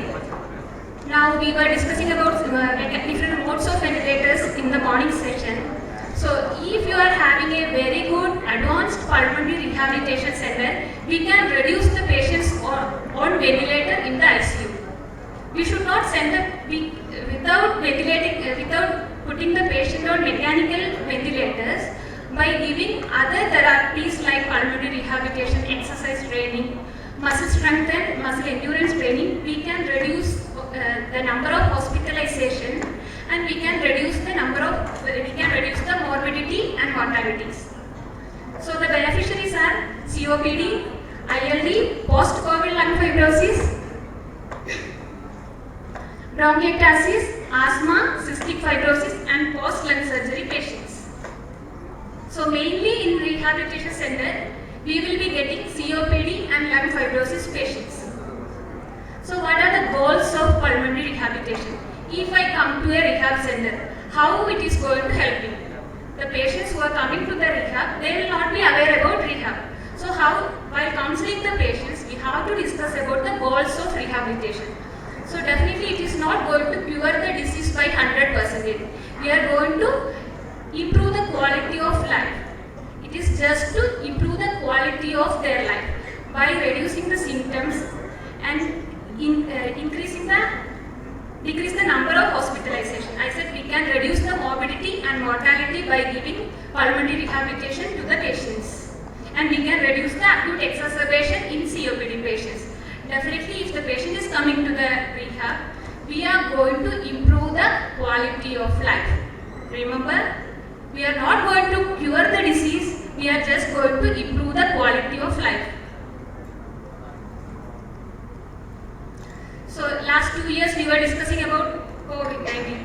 So post-COVID lung fibrosis patients are having, I'm not going into the pathophysiology of that. So if the CT scan is showing fibrotic changes, definitely patient will be having desaturation and associated symptoms. So if the patient is ready to come for the rehab, definitely there will be an improvement in their oxygenation as well as in the ventilation status, so that the patient can lead a better life. I am not going into the details about COVID-19. An article from Indian Journal of Tuberculosis says that 1/3 of recovered COVID-19 patients shows fibrotic changes. 1/3 of recovered COVID-19 patients showing fibrotic changes in their lungs. How many of the patients were affected with COVID-19? Any idea? In our country, how many of them were infected with COVID-19? So 1/3 of the COVID-19 recovered patients are having fibrotic changes. So they will be having mild to moderate symptoms even after recovering from the COVID-19. So we have to look into that. 1 or 2 centers are not going to help the patients. So throughout the country, we should have multidisciplined pulmonary rehabilitation, which will help the patients to improve their quality of life. So mainly we will be discussing about COPD and we will be dealing with COPD and fibrosis patients in the rehab. So how we are going to help the patient in rehab? There we are going to increase the muscle strength and muscle endurance. What is muscle strength? What is endurance? How many of you are going to gym to increase your muscle strength? If your muscles are strong enough, you will be able to lift 10 kg.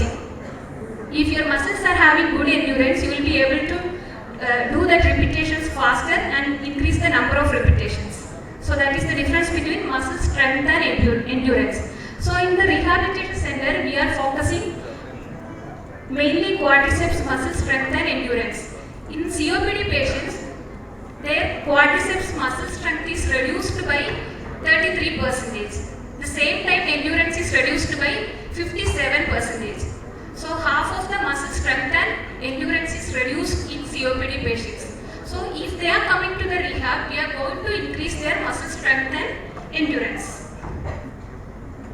So in the fibrosis patients also we will be doing the same, and the those who are having fibrotic changes in their lung, they are prone to desaturate very fast. While doing the exercise, their saturation can drop very fast. So that way we have to make them exercise with the support of supplemental oxygen. All the patients are not being referred to the rehab. What is the reference criteria for the rehabilitation? Dyspnea at rest or with exertion. Most of the patients comes to the rehab and saying that I don't want anything, I just want to go to the washroom without the support of supplemental oxygen. So many patients are on home oxygen for 24 hours. You must have seen now so many of them are using supplemental oxygen throughout their life. So because of that, their activity tolerance has reduced and most of their quality of life also reduced, and number of hospitalization also increased among these patients. So these are the patient criteria for the rehab.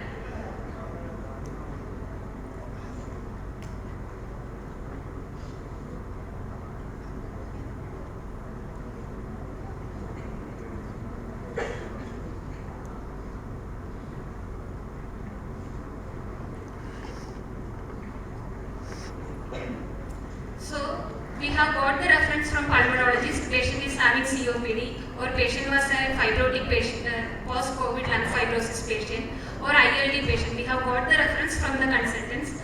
Now they have come to the rehab. We have to counsel the patient. We have to explain what we are going to do in the rehab.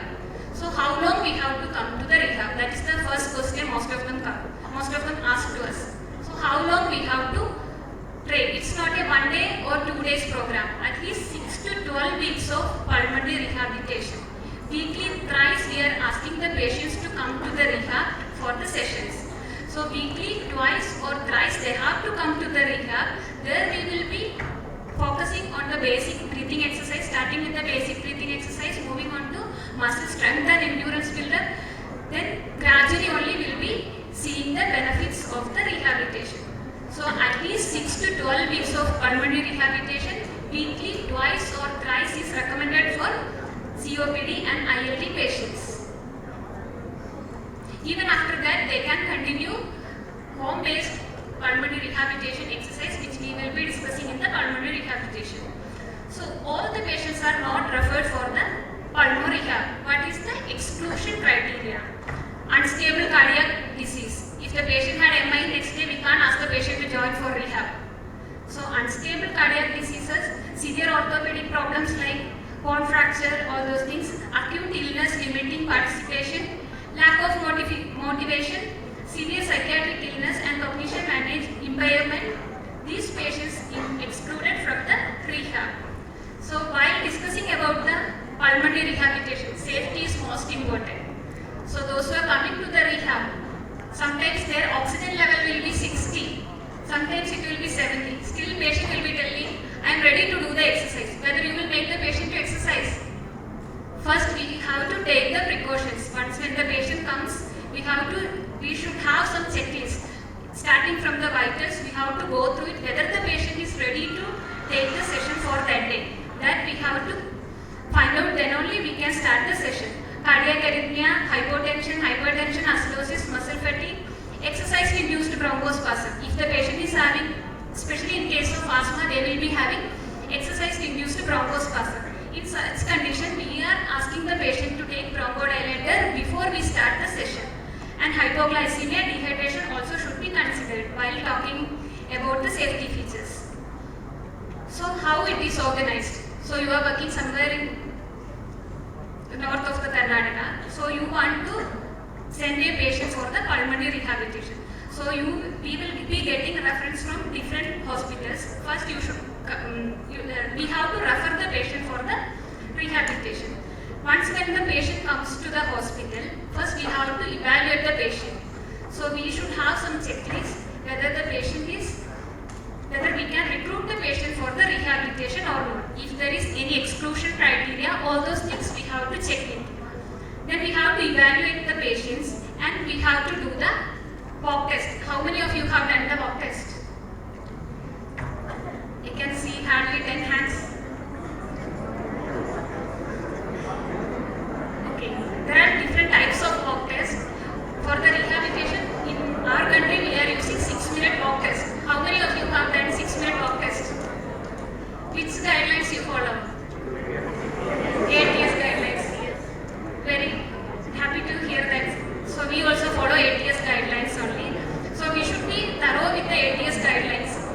If the patient takes break in between, those who are not aware about the 6-minute walk test, in the Google you can just type 6-minute walk test by ATS guidelines. Please go through it. For the second year and third year, that will be a short essay question. Most of the year I have seen that question, 6-minute walk test. Please read that before, at least before the exam.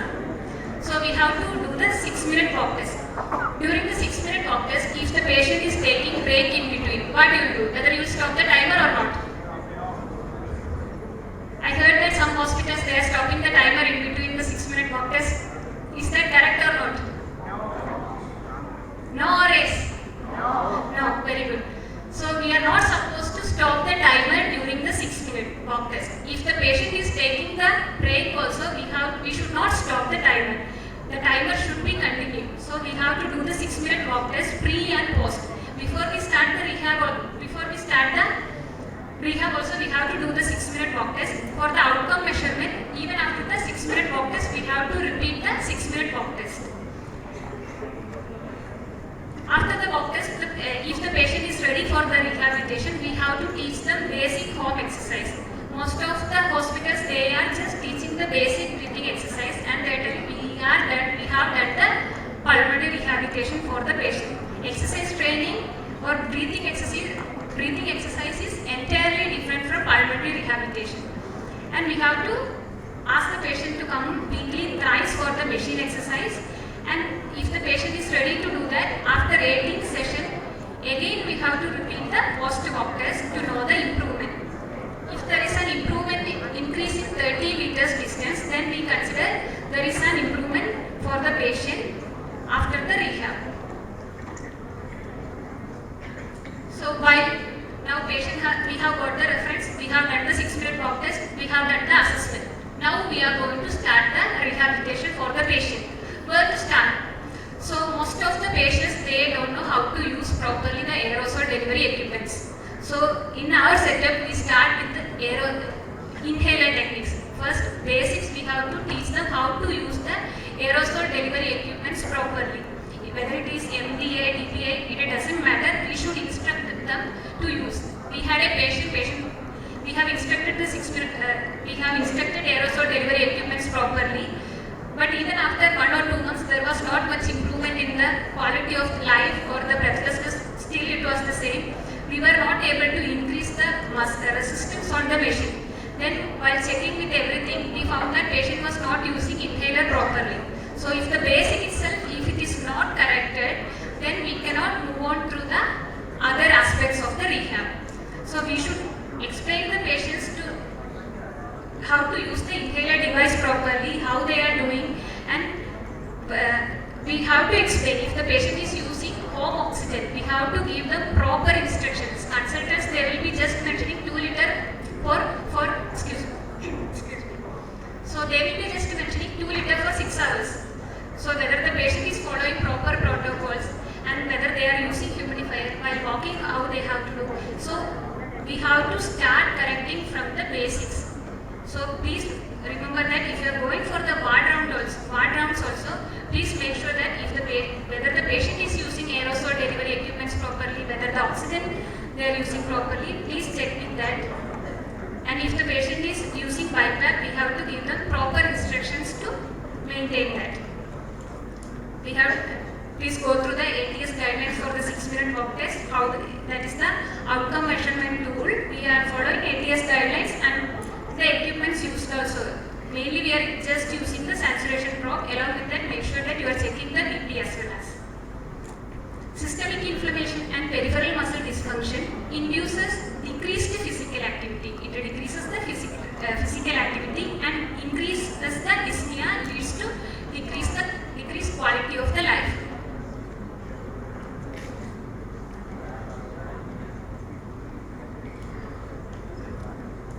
So, if the patient is on ventilator, immediately from the ICU, we cannot start the rehabilitation.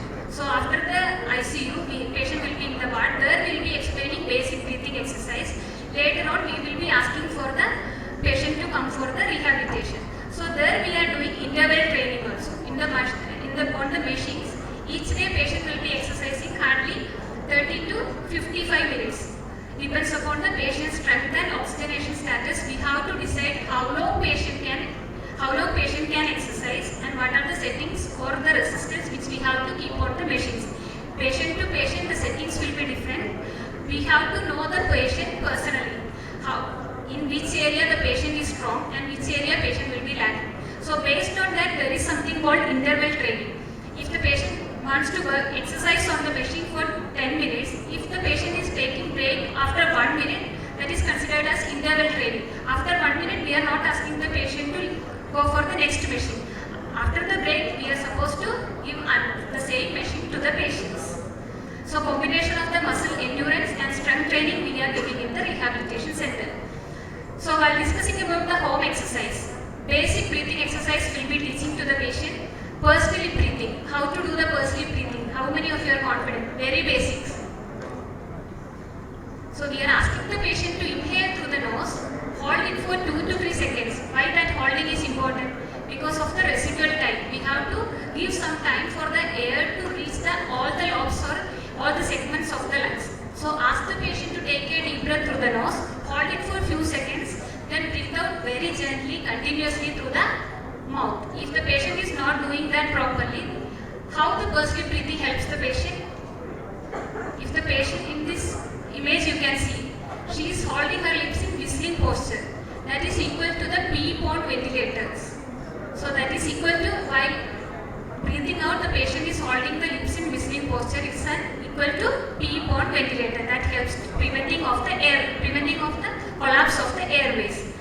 And diaphragmatic breathing, segmental breathing, chest fly, hands down. There are many more exercises to be taught in the rehab.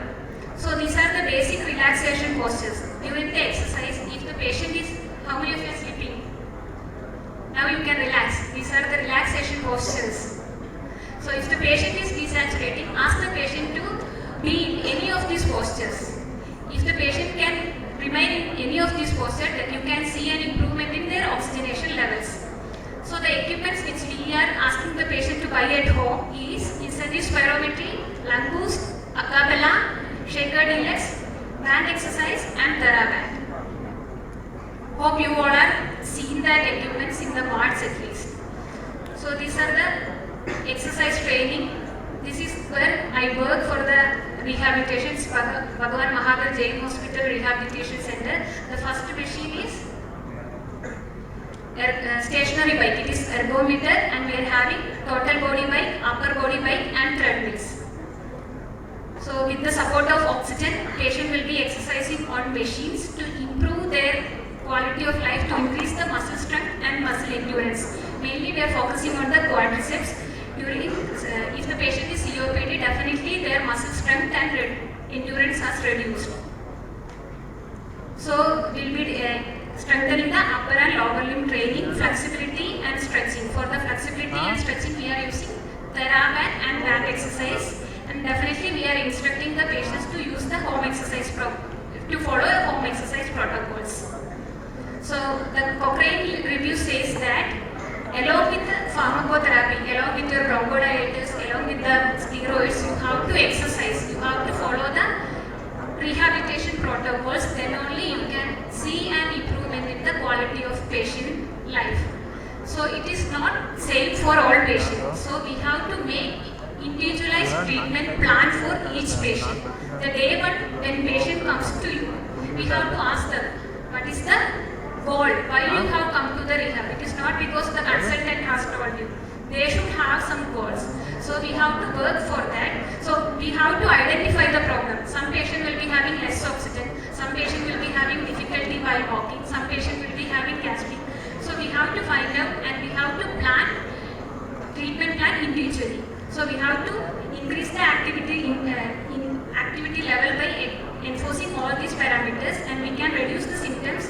Definitely, if pulmonary rehabilitation is only one person cannot manage the entire system. So it's a teamwork. Pulmonologist has to be there.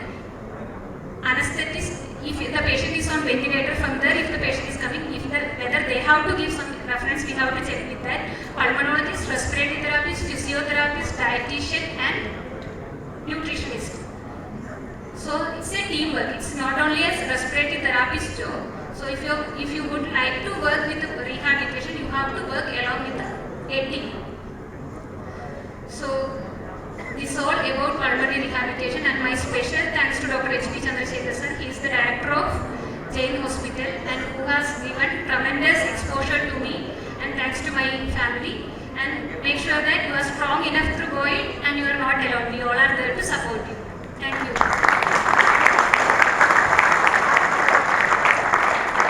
Any doubts? No doubts. Thank you.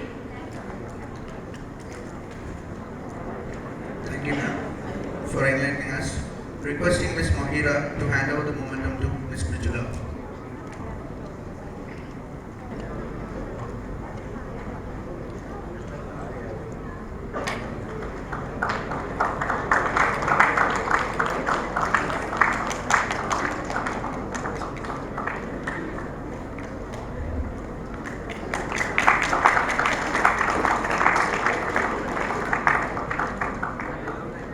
Requesting all the colleges student representatives to please come and meet us near the registration counter. All the student representatives. From each college, one student representative only. Thank you. And now we have a case presentation. First case presentation will be presented by Ms. Maria and Ms. Manjusha from Narayana Hridayalaya, Thomasandra.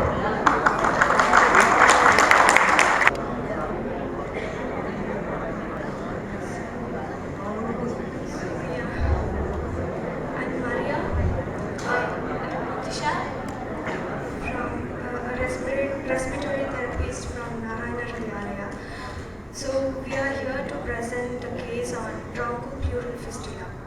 So before we start on to the case, does anyone have an idea of what is BPF or bronchopleural fistula?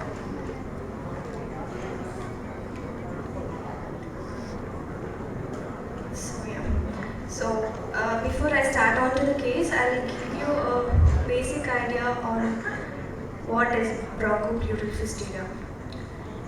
So the bronchopleural fistula is a sinus tract between the main stem lobar and segmental bronchial tree and pleural space.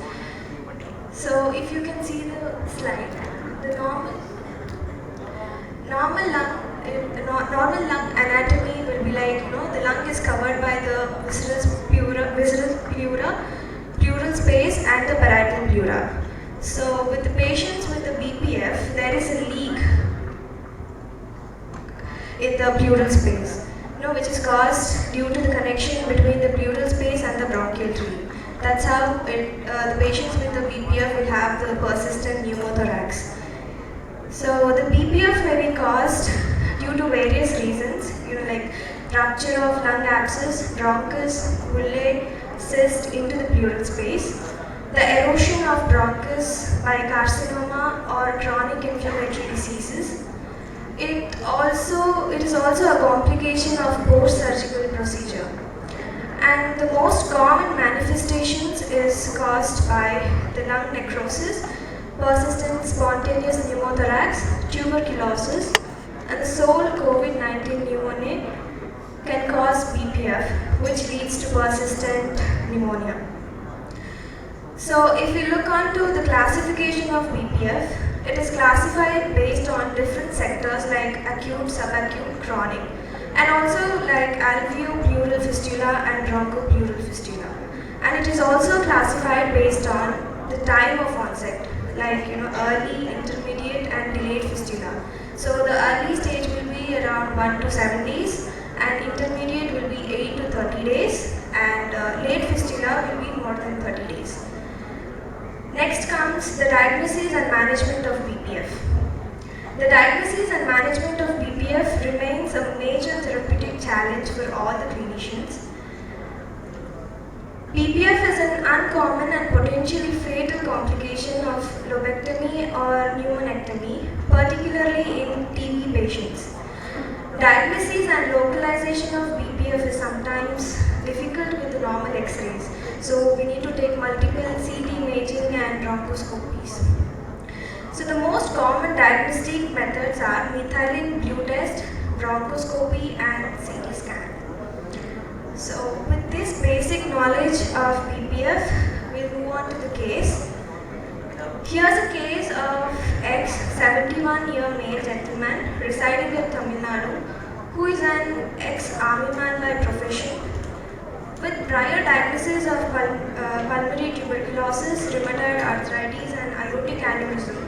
Comes to emergency by his private vehicle with the following chief complaints. So the chief complaints are recurrent hemoptysis of about 5 to 10 ml, which was associated with fatigue and weakness. Breathlessness of MMRC grade 2 to 3. It worsens on walking and talking, whereas it improves after rest. Cough was acute in onset and also progressive. Chest pain, orthopnea, and there is no history of allergies and disturbed sleep. And his personal history says he is an alcoholic for the past 40 years and an ex-smoker with 50 pack year history. Now, looking on to his past surgical history, he is a status post TEVAR placement for aortic aneurysm in the year 2020. Status post left lower Watt's lobectomy has been done, which is video assisted thoracoscopic surgery. So this was done in view to treat TB. Embolization of bronchial artery was done thrice due to recurrent hemoptysis. So this bronchial artery embolization will be done due to exactly know where the bleeding is in the bronchial artery. So his past medical history says he had aortic aneurysm, PTB, bronchiectasis, diabetes mellitus, hypertension, rheumatoid arthritis, anemia, and hypothyroidism. So with this history, medical history and surgical history, we move on to the examination. On examination, he appeared to be conscious and cooperative. He has respiratory distress with mild usage of accessory muscles for breathing, no abdominal distension nor abdominal breathing, no sinuses, no clubbing, and not edematous. On auscultation, we found to have decreased air entry on the left lung. Bilateral crepitations found on both the sides. Left was greater than right. And cardiovascular sounds, S1, S2 sounds were heard. On palpation, trachea found to be central. On percussion, found to have a dull note on the lower lobe. No indrawing of intercostal spaces were seen. No drooping of shoulders found. And his vitals suggest heart rate of 82 breaths per minute, BP 90/70, respiratory rate 30 to 40 breaths per minute, and SpO2 95% with 5 liters O2 mask, temperature 97 degrees Celsius. So with this examination and past history, we had to know more about the cause of distress. So we asked for the following investigations like ABG, CBC, LFT, RFT, coagulation profile, ECG, X-ray, CT scan, USG, and T-dimer. So with this investigation highlights, the patients, it suggests to be have respiratory distress. Since he has the history of hemoptysis and recurrent we couldn't connect NIV, so we continued with the face mask. And his coagulation profile is slightly messed up with low hemoglobin PT-INR. So accordingly, we started 1 STB transfusion. ECG shows normal PQRS graphs, and the bedside USG was done, and it suggests mild to moderate left pleural effusion, and no B lines were found. An X-ray shows the left pleural effusion and bilateral haziness. And since the patient has a history of PTB, embolization, and lobectomy, we thought of CT and emergency bronchoscopy. So the CT shows moderate resolution in endoleak at lower end of the stent. There is left moderate pleural effusion of around 200 to 300 cc and shows mild thickening and enhancement of layers. So emergency bronch was done. The bronchoscopic reports suggest of small opening in left lower lobe bronchial stump 2 to 3 mm with altered blood oozing into bronchus. However, no significant communication with pleural cavity, no cause of hydropneumothorax nor subcutaneous emphysema. So based on this investigation, provisional diagnosis was made, that is bronchopleural fistula and an endoleak by aortic stent which has to be replaced. So with this investigations and diagnosis, we will be moving this patient to AITU for further management. So the AITU management and treatment plan goes like this. Aortic, descending thoracic aortic replacement because there was a leak in the stent, and then the bronchopleural fistula repair. So the patient is in AITU, day 1 management in AITU. Due to worsening of hemoptysis and hypotension, patient was electively intubated with double lumen tube and started on with the lung protective mechanical ventilation. So the main strategy of mechanical ventilating this BPF patient is high frequency and low tidal volume. So keeping this in mind, the following mode was adjusted in the mechanical ventilation, that is control mode with FiO2 of 60% and PEEP of 6 and tidal volume 350 and rate of 20. And basically BPF is an area of low resistance. Hence, along with continuous air leak, it not only delays the healing of fistulous tract but also reduces the tidal volume and affects the minute ventilation and oxygenation. So with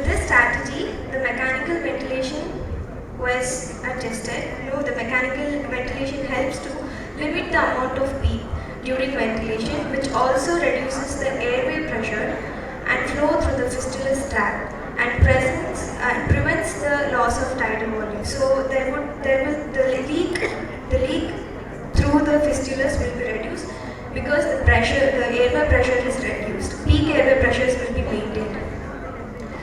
Hemodynamically, patient was unstable with persistent hypotension, which responded to fluids and adrenaline, and we started on with infusions, atracurium and dexamethasone.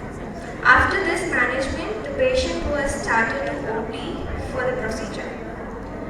Before starting the procedure, patient was hemodynamically stabilized with fluids, noradrenaline and vasopressin. Intraoperatively, the BP was maintained between 110 to 120, and he received intravenous pethidine hydrochloride as a pre-medication, which is an opioid, along with the muscle relaxant atracurium. He underwent insertion of bronchoscope. Anesthesia was maintained with 50% nitric oxide and oxygen.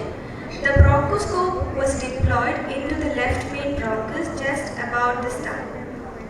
Combination of ethyl 2 cyanoacrylate 1.0 ml and silicon spigot, that is endobronchial Vetinex spigot, that is EWS, was injected into the lower lobe bronchial stump through the guide sheath.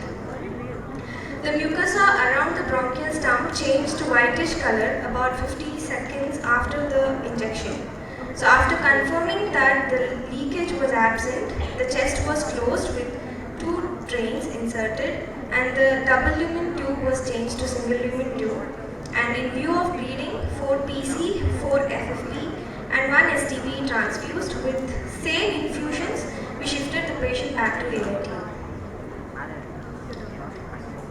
So post-operation, we provided appropriate ventilation with PRVC mode with the settings of FiO2 60%, frequency of 20 ppm, PEEP of 6 and tidal volume of 350. And we have done forthrightly suctioning and we assured the airway patency. Hemodynamic stabilization was done. He had persistent hypotension which well responded to the fluids and noradrenaline. We started on adrenaline and vasopressin of 2 ml along with the infusions of atracurium 4 ml and fentanyl 4 ml. And we frequently checked on his X-ray and EKG. We have done hardly milking of ICD and we watched for the bubbling. And we kept an eye on his urine output and we watched for the bleeding also. So eventually we tried to wean off him from the ventilator. We stopped the fentanyl and atracurium. After assessing his level of consciousness, we initiate the weaning mode, that is CPAP, with the settings of FiO2 40%, PEEP of 6 and the pressure support of 8. Thankfully, he tolerated the CPAP for 3 hours. We corrected the electrolytes in his EBG. He possessed good urine output. He had good cough reflex. And we could titrate his vasopressin and noradrenaline also. So after the weaning process, we extubated him to NIV with the settings of IPAP 12 and IPAP of 6 with 6 liters of oxygen. But unfortunately, he couldn't tolerate NIV due to claustrophobia. So we opted high flow nasal cannula with 60 liters of flow and FiO2 of 50%. And we provided second hourly nebulization. Aerothoracic expansion exercise had been done. Later his X-ray was quite good. His vitals were stable. His cardiac sounds were good. S1 and S2 here. The lung sounds were like bilateral air entry positive. X-ray shows bilateral diffused haziness. He possessed good urine output and all.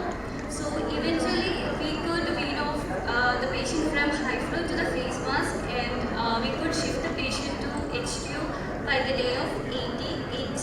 And he was on continuous rehabilitation. Thank you.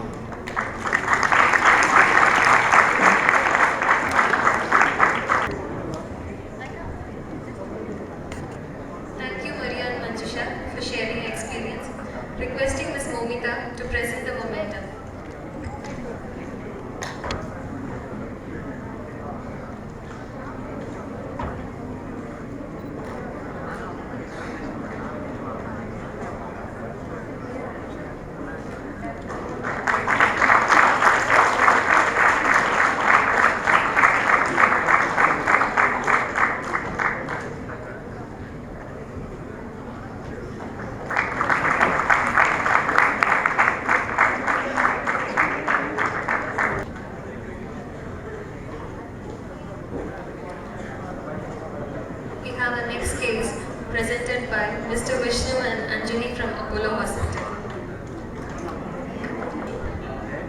Very good evening to all my friends, faculties, delegates who are here. Actually, we are privileged to present such a small case here in such a big dais. So our case is also unfortunately is management of BPF. We came to know about this subject like 2 days before the event. So we thought, okay, but the management is entirely different. So I just need all your attention for like 4-5 minutes and we'll be wrapping. We just made it so short that we only be talking about the management of the BPF and thoracoscopy, bronchoscopy interventions and what was the challenge we faced as an artist. So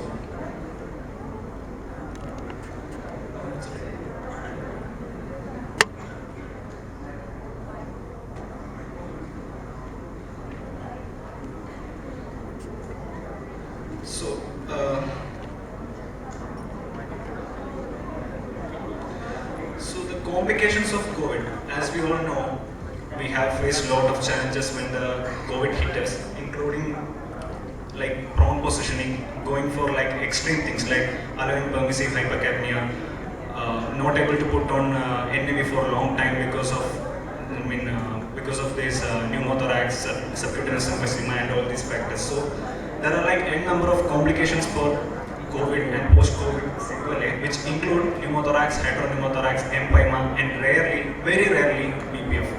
So this is one of the reasons why we took BPF as a case presentation.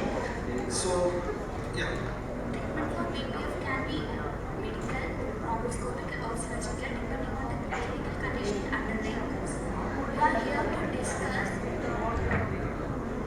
We are here to discuss a case of 51-year-old male who was admitted in outside hospital with COVID pneumonia, who received NAV therapy and developed bilateral pneumothorax, for which bilateral ICDs were placed and shifted to our facility. In the initial assessment, the patient was very tachypneic and he was on ventilator with 50 liter per minute oxygen. No signs of central or peripheral cyanosis was noted.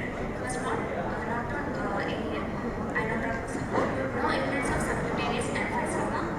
First, one ABG was showing compensating respiratory acidosis with elevated lactate and hypersemia, PaO2 of 49.5. HRCT was showing left-sided mild pneumothorax and right-sided large hydropneumothorax with GGO appearance and thin walled subpleural cystic changes. In right ICD, continuous draining of pus was noted. Samples taken and sent for cultures. Initially, HFNO therapy was started, and for the further management for BPF and considering long-term ventilation, patient was intubated electively. Post-intubation, bronchoscopy was done. While samples sent for cultures as well. Pleural cultures revealed Pseudomonas aeruginosa and ball was showing budding yeast. So this is the CT scan on the first day when he came to our institution. So as you can see, one second.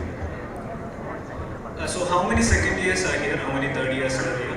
And how many staff? So okay, third years. Okay, interns. So any of the interns can say what is over here in this seat or there. Anything that you are like seeing somewhere? No one? That's bad, okay. So we are after post-COVID, all these things happen and you don't know pneumothorax means we all have to check one more time what's happening with you guys. So as you can see, this is the pneumothorax. Bilaterally he have pneumothorax and this is the bullets which was present on the left hand. And as you can see, there is a fluid air level which shows there is hydropneumothorax and GGO signs over the basal part of the lung, posterior aspect of the lung, and both ICDs are in situ. So after taking this, he came to ICU. Both the ICDs were bubbling as Anjali said, and right side completely was fine. So Post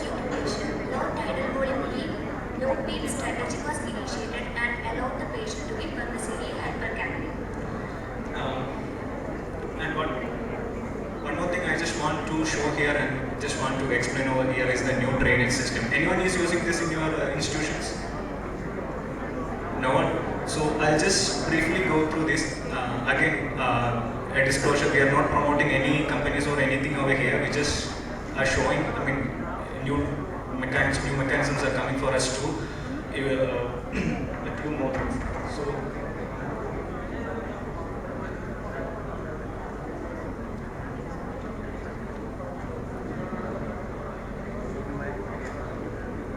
So the video is going on with that, so I'll just say the things, okay?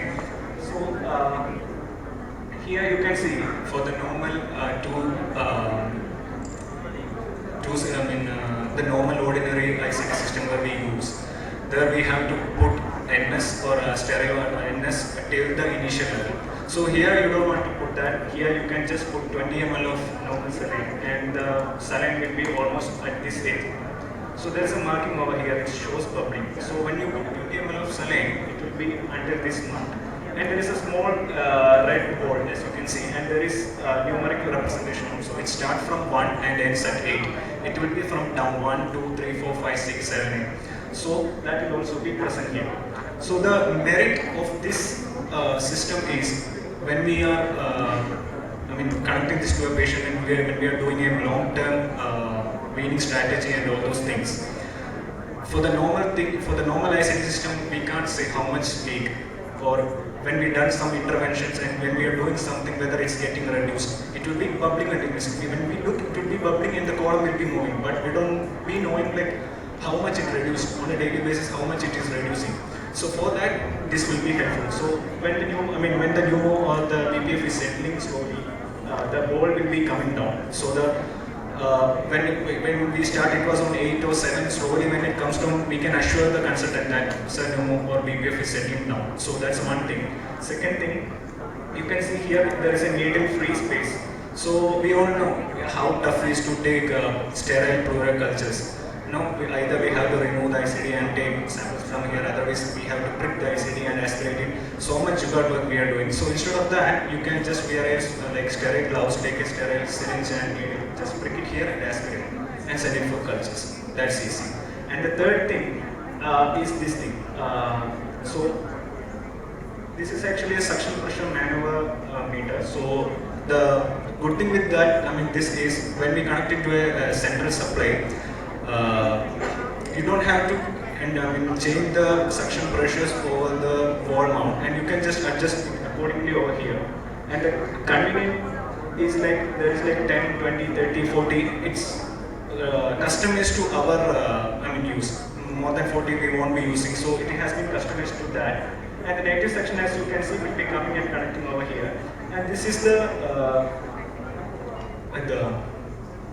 pressure balloon.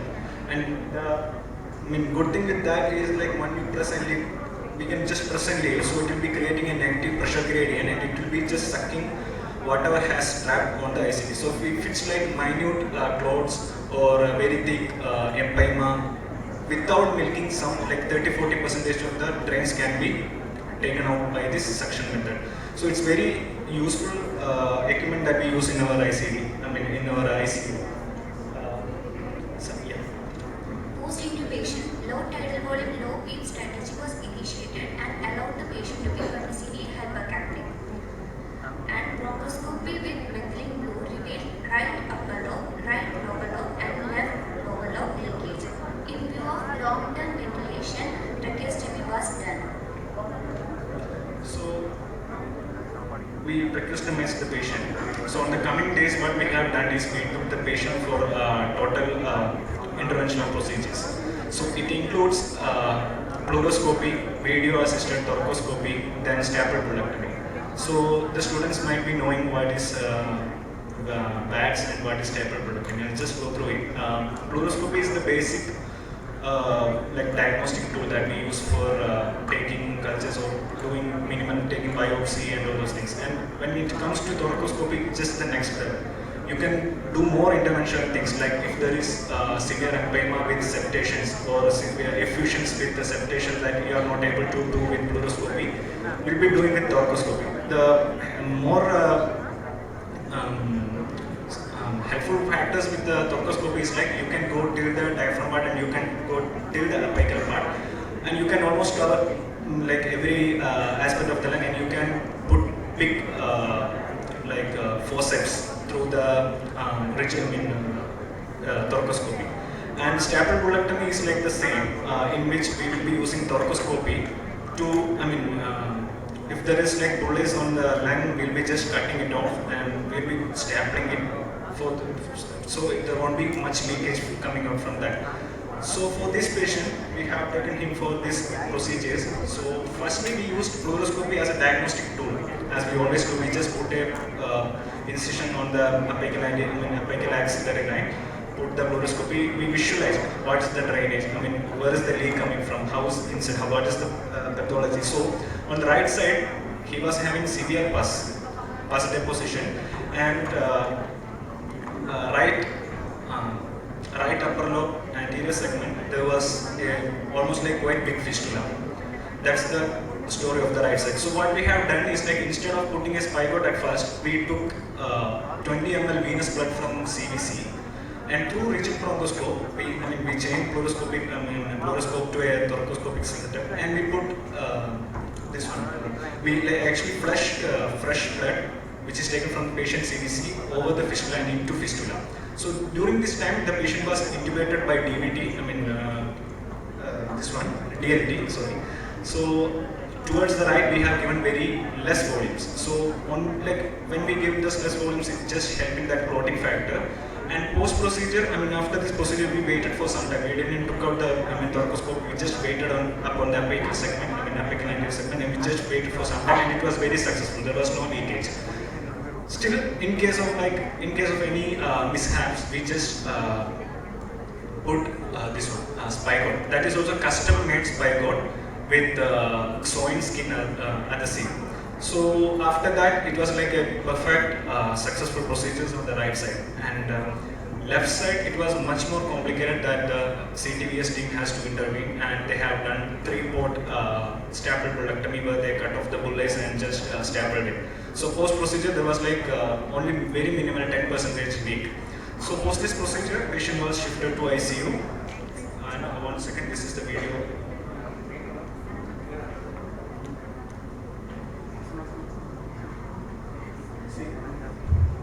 So this is the fistula that you guys are seeing on the right anterior segment. So this is the channel that's coming in for the blood pumping. So you can see it's going into the fistula. And now we will be pushing the venous blood. So the venous blood is, we are just pushing it in.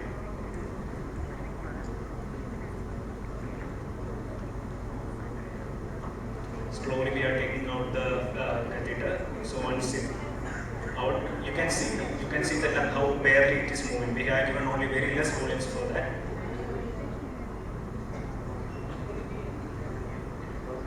See, after that there was no bubbling or there was no focus secretions coming on. It was almost sealed. So this was the post blood patch, this video. And this is the spigot going into the anterior segment. See, this is a custom-made spigot. See, it's going into anterior segment, and skin adhesive also has been placed. So there won't be any leakage from that part of the lung. So after that, patient is shifted to ICU. There was no significant leakage in both ICDs, but continuous pus drainage was present in the right side, for which 1 gram amikacin was given through ICD and clamped for 1 hour, and this course was continued for 3 days. Over the time, there was no significant leak and drain on the left side, hence ICD was removed. In between, we were giving him breathing trials. Initially, he was not tolerating pressure support ventilation and was switched to, and gradually he tolerated and was switched to portable ventilator. Later, right ICD was removed and replaced by Cook's catheter and sent home on portable mechanical ventilator and with home care team. So after 2 weeks, we have done one more CT.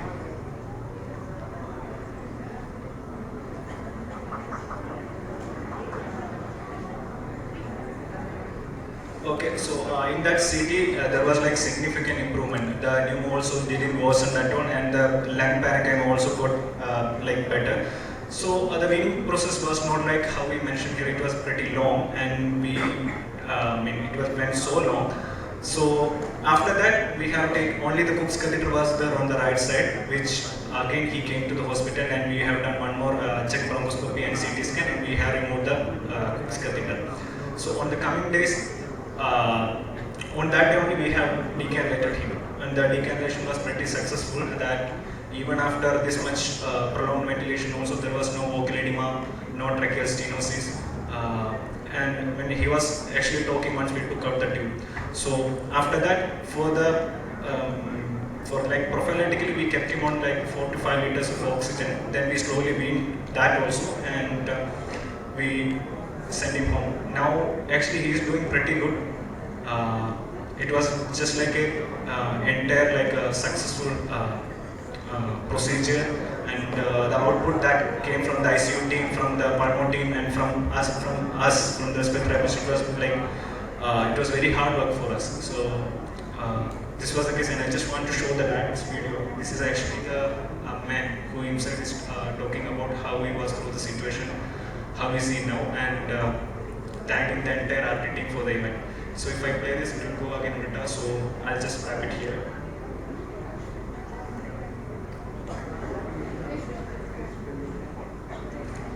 So that's it, and thank you for your time.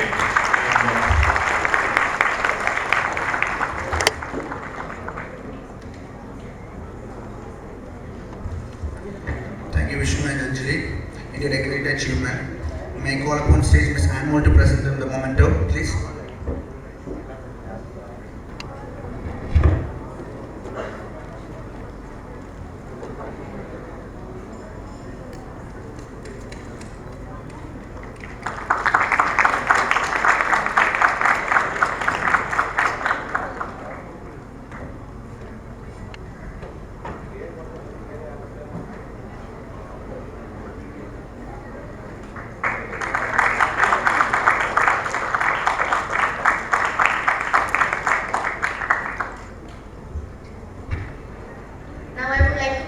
Stage Mr. Lokesh and Ms. Aparna, and I would like to call upon stage Mr. Sharif to give them a token of appreciation for helping us with the registrations and getting us 380 registrations, which is tremendous number even after the pandemic. Put a round of applause for this people.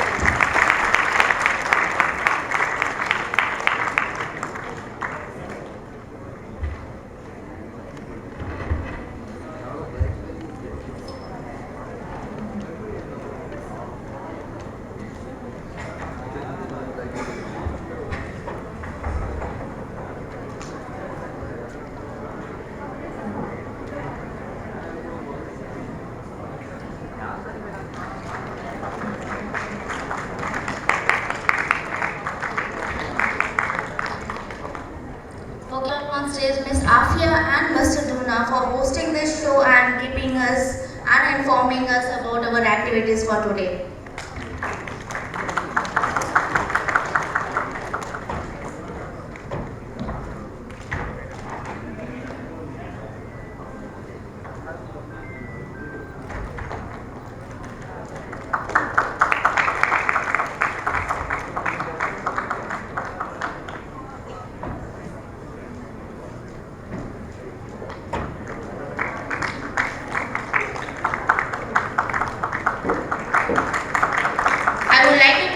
Mr. Vishnu, the co-chair of this organizing committee for the Respond 22, to please come over and give a vote of thanks.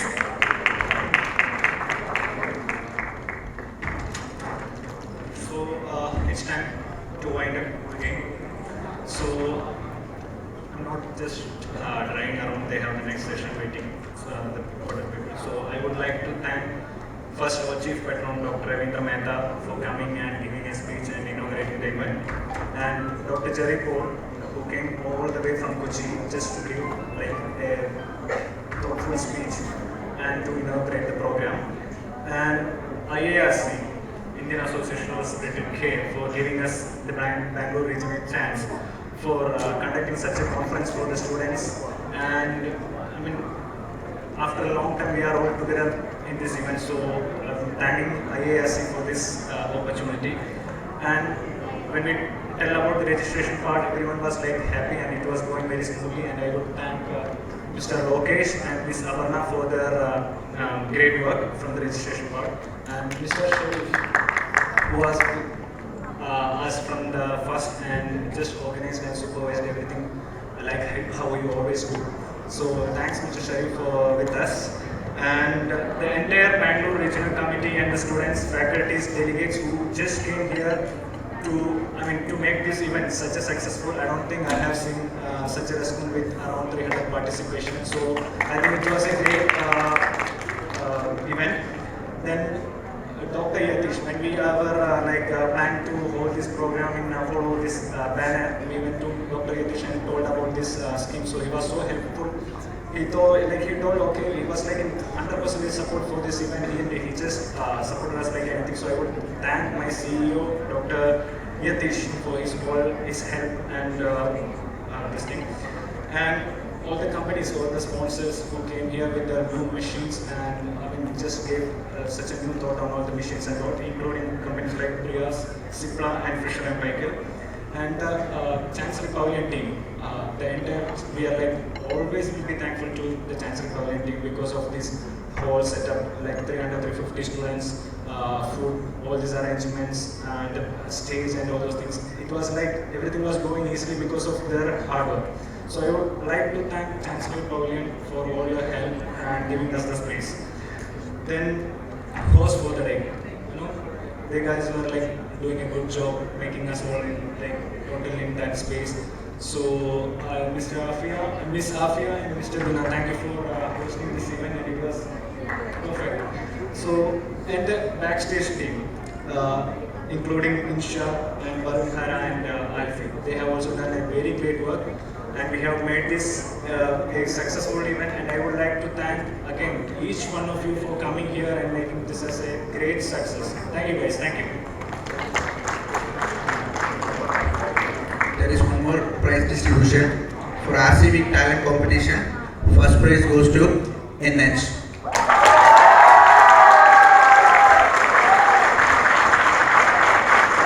The representative, please come over to the stage, please. Request the NH team to come on the stage. Okay.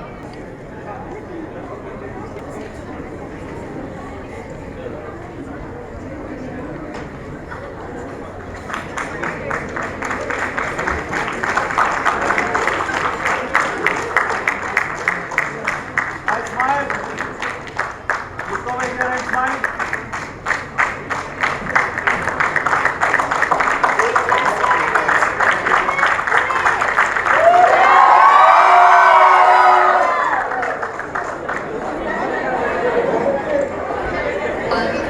Thank you everyone for coming.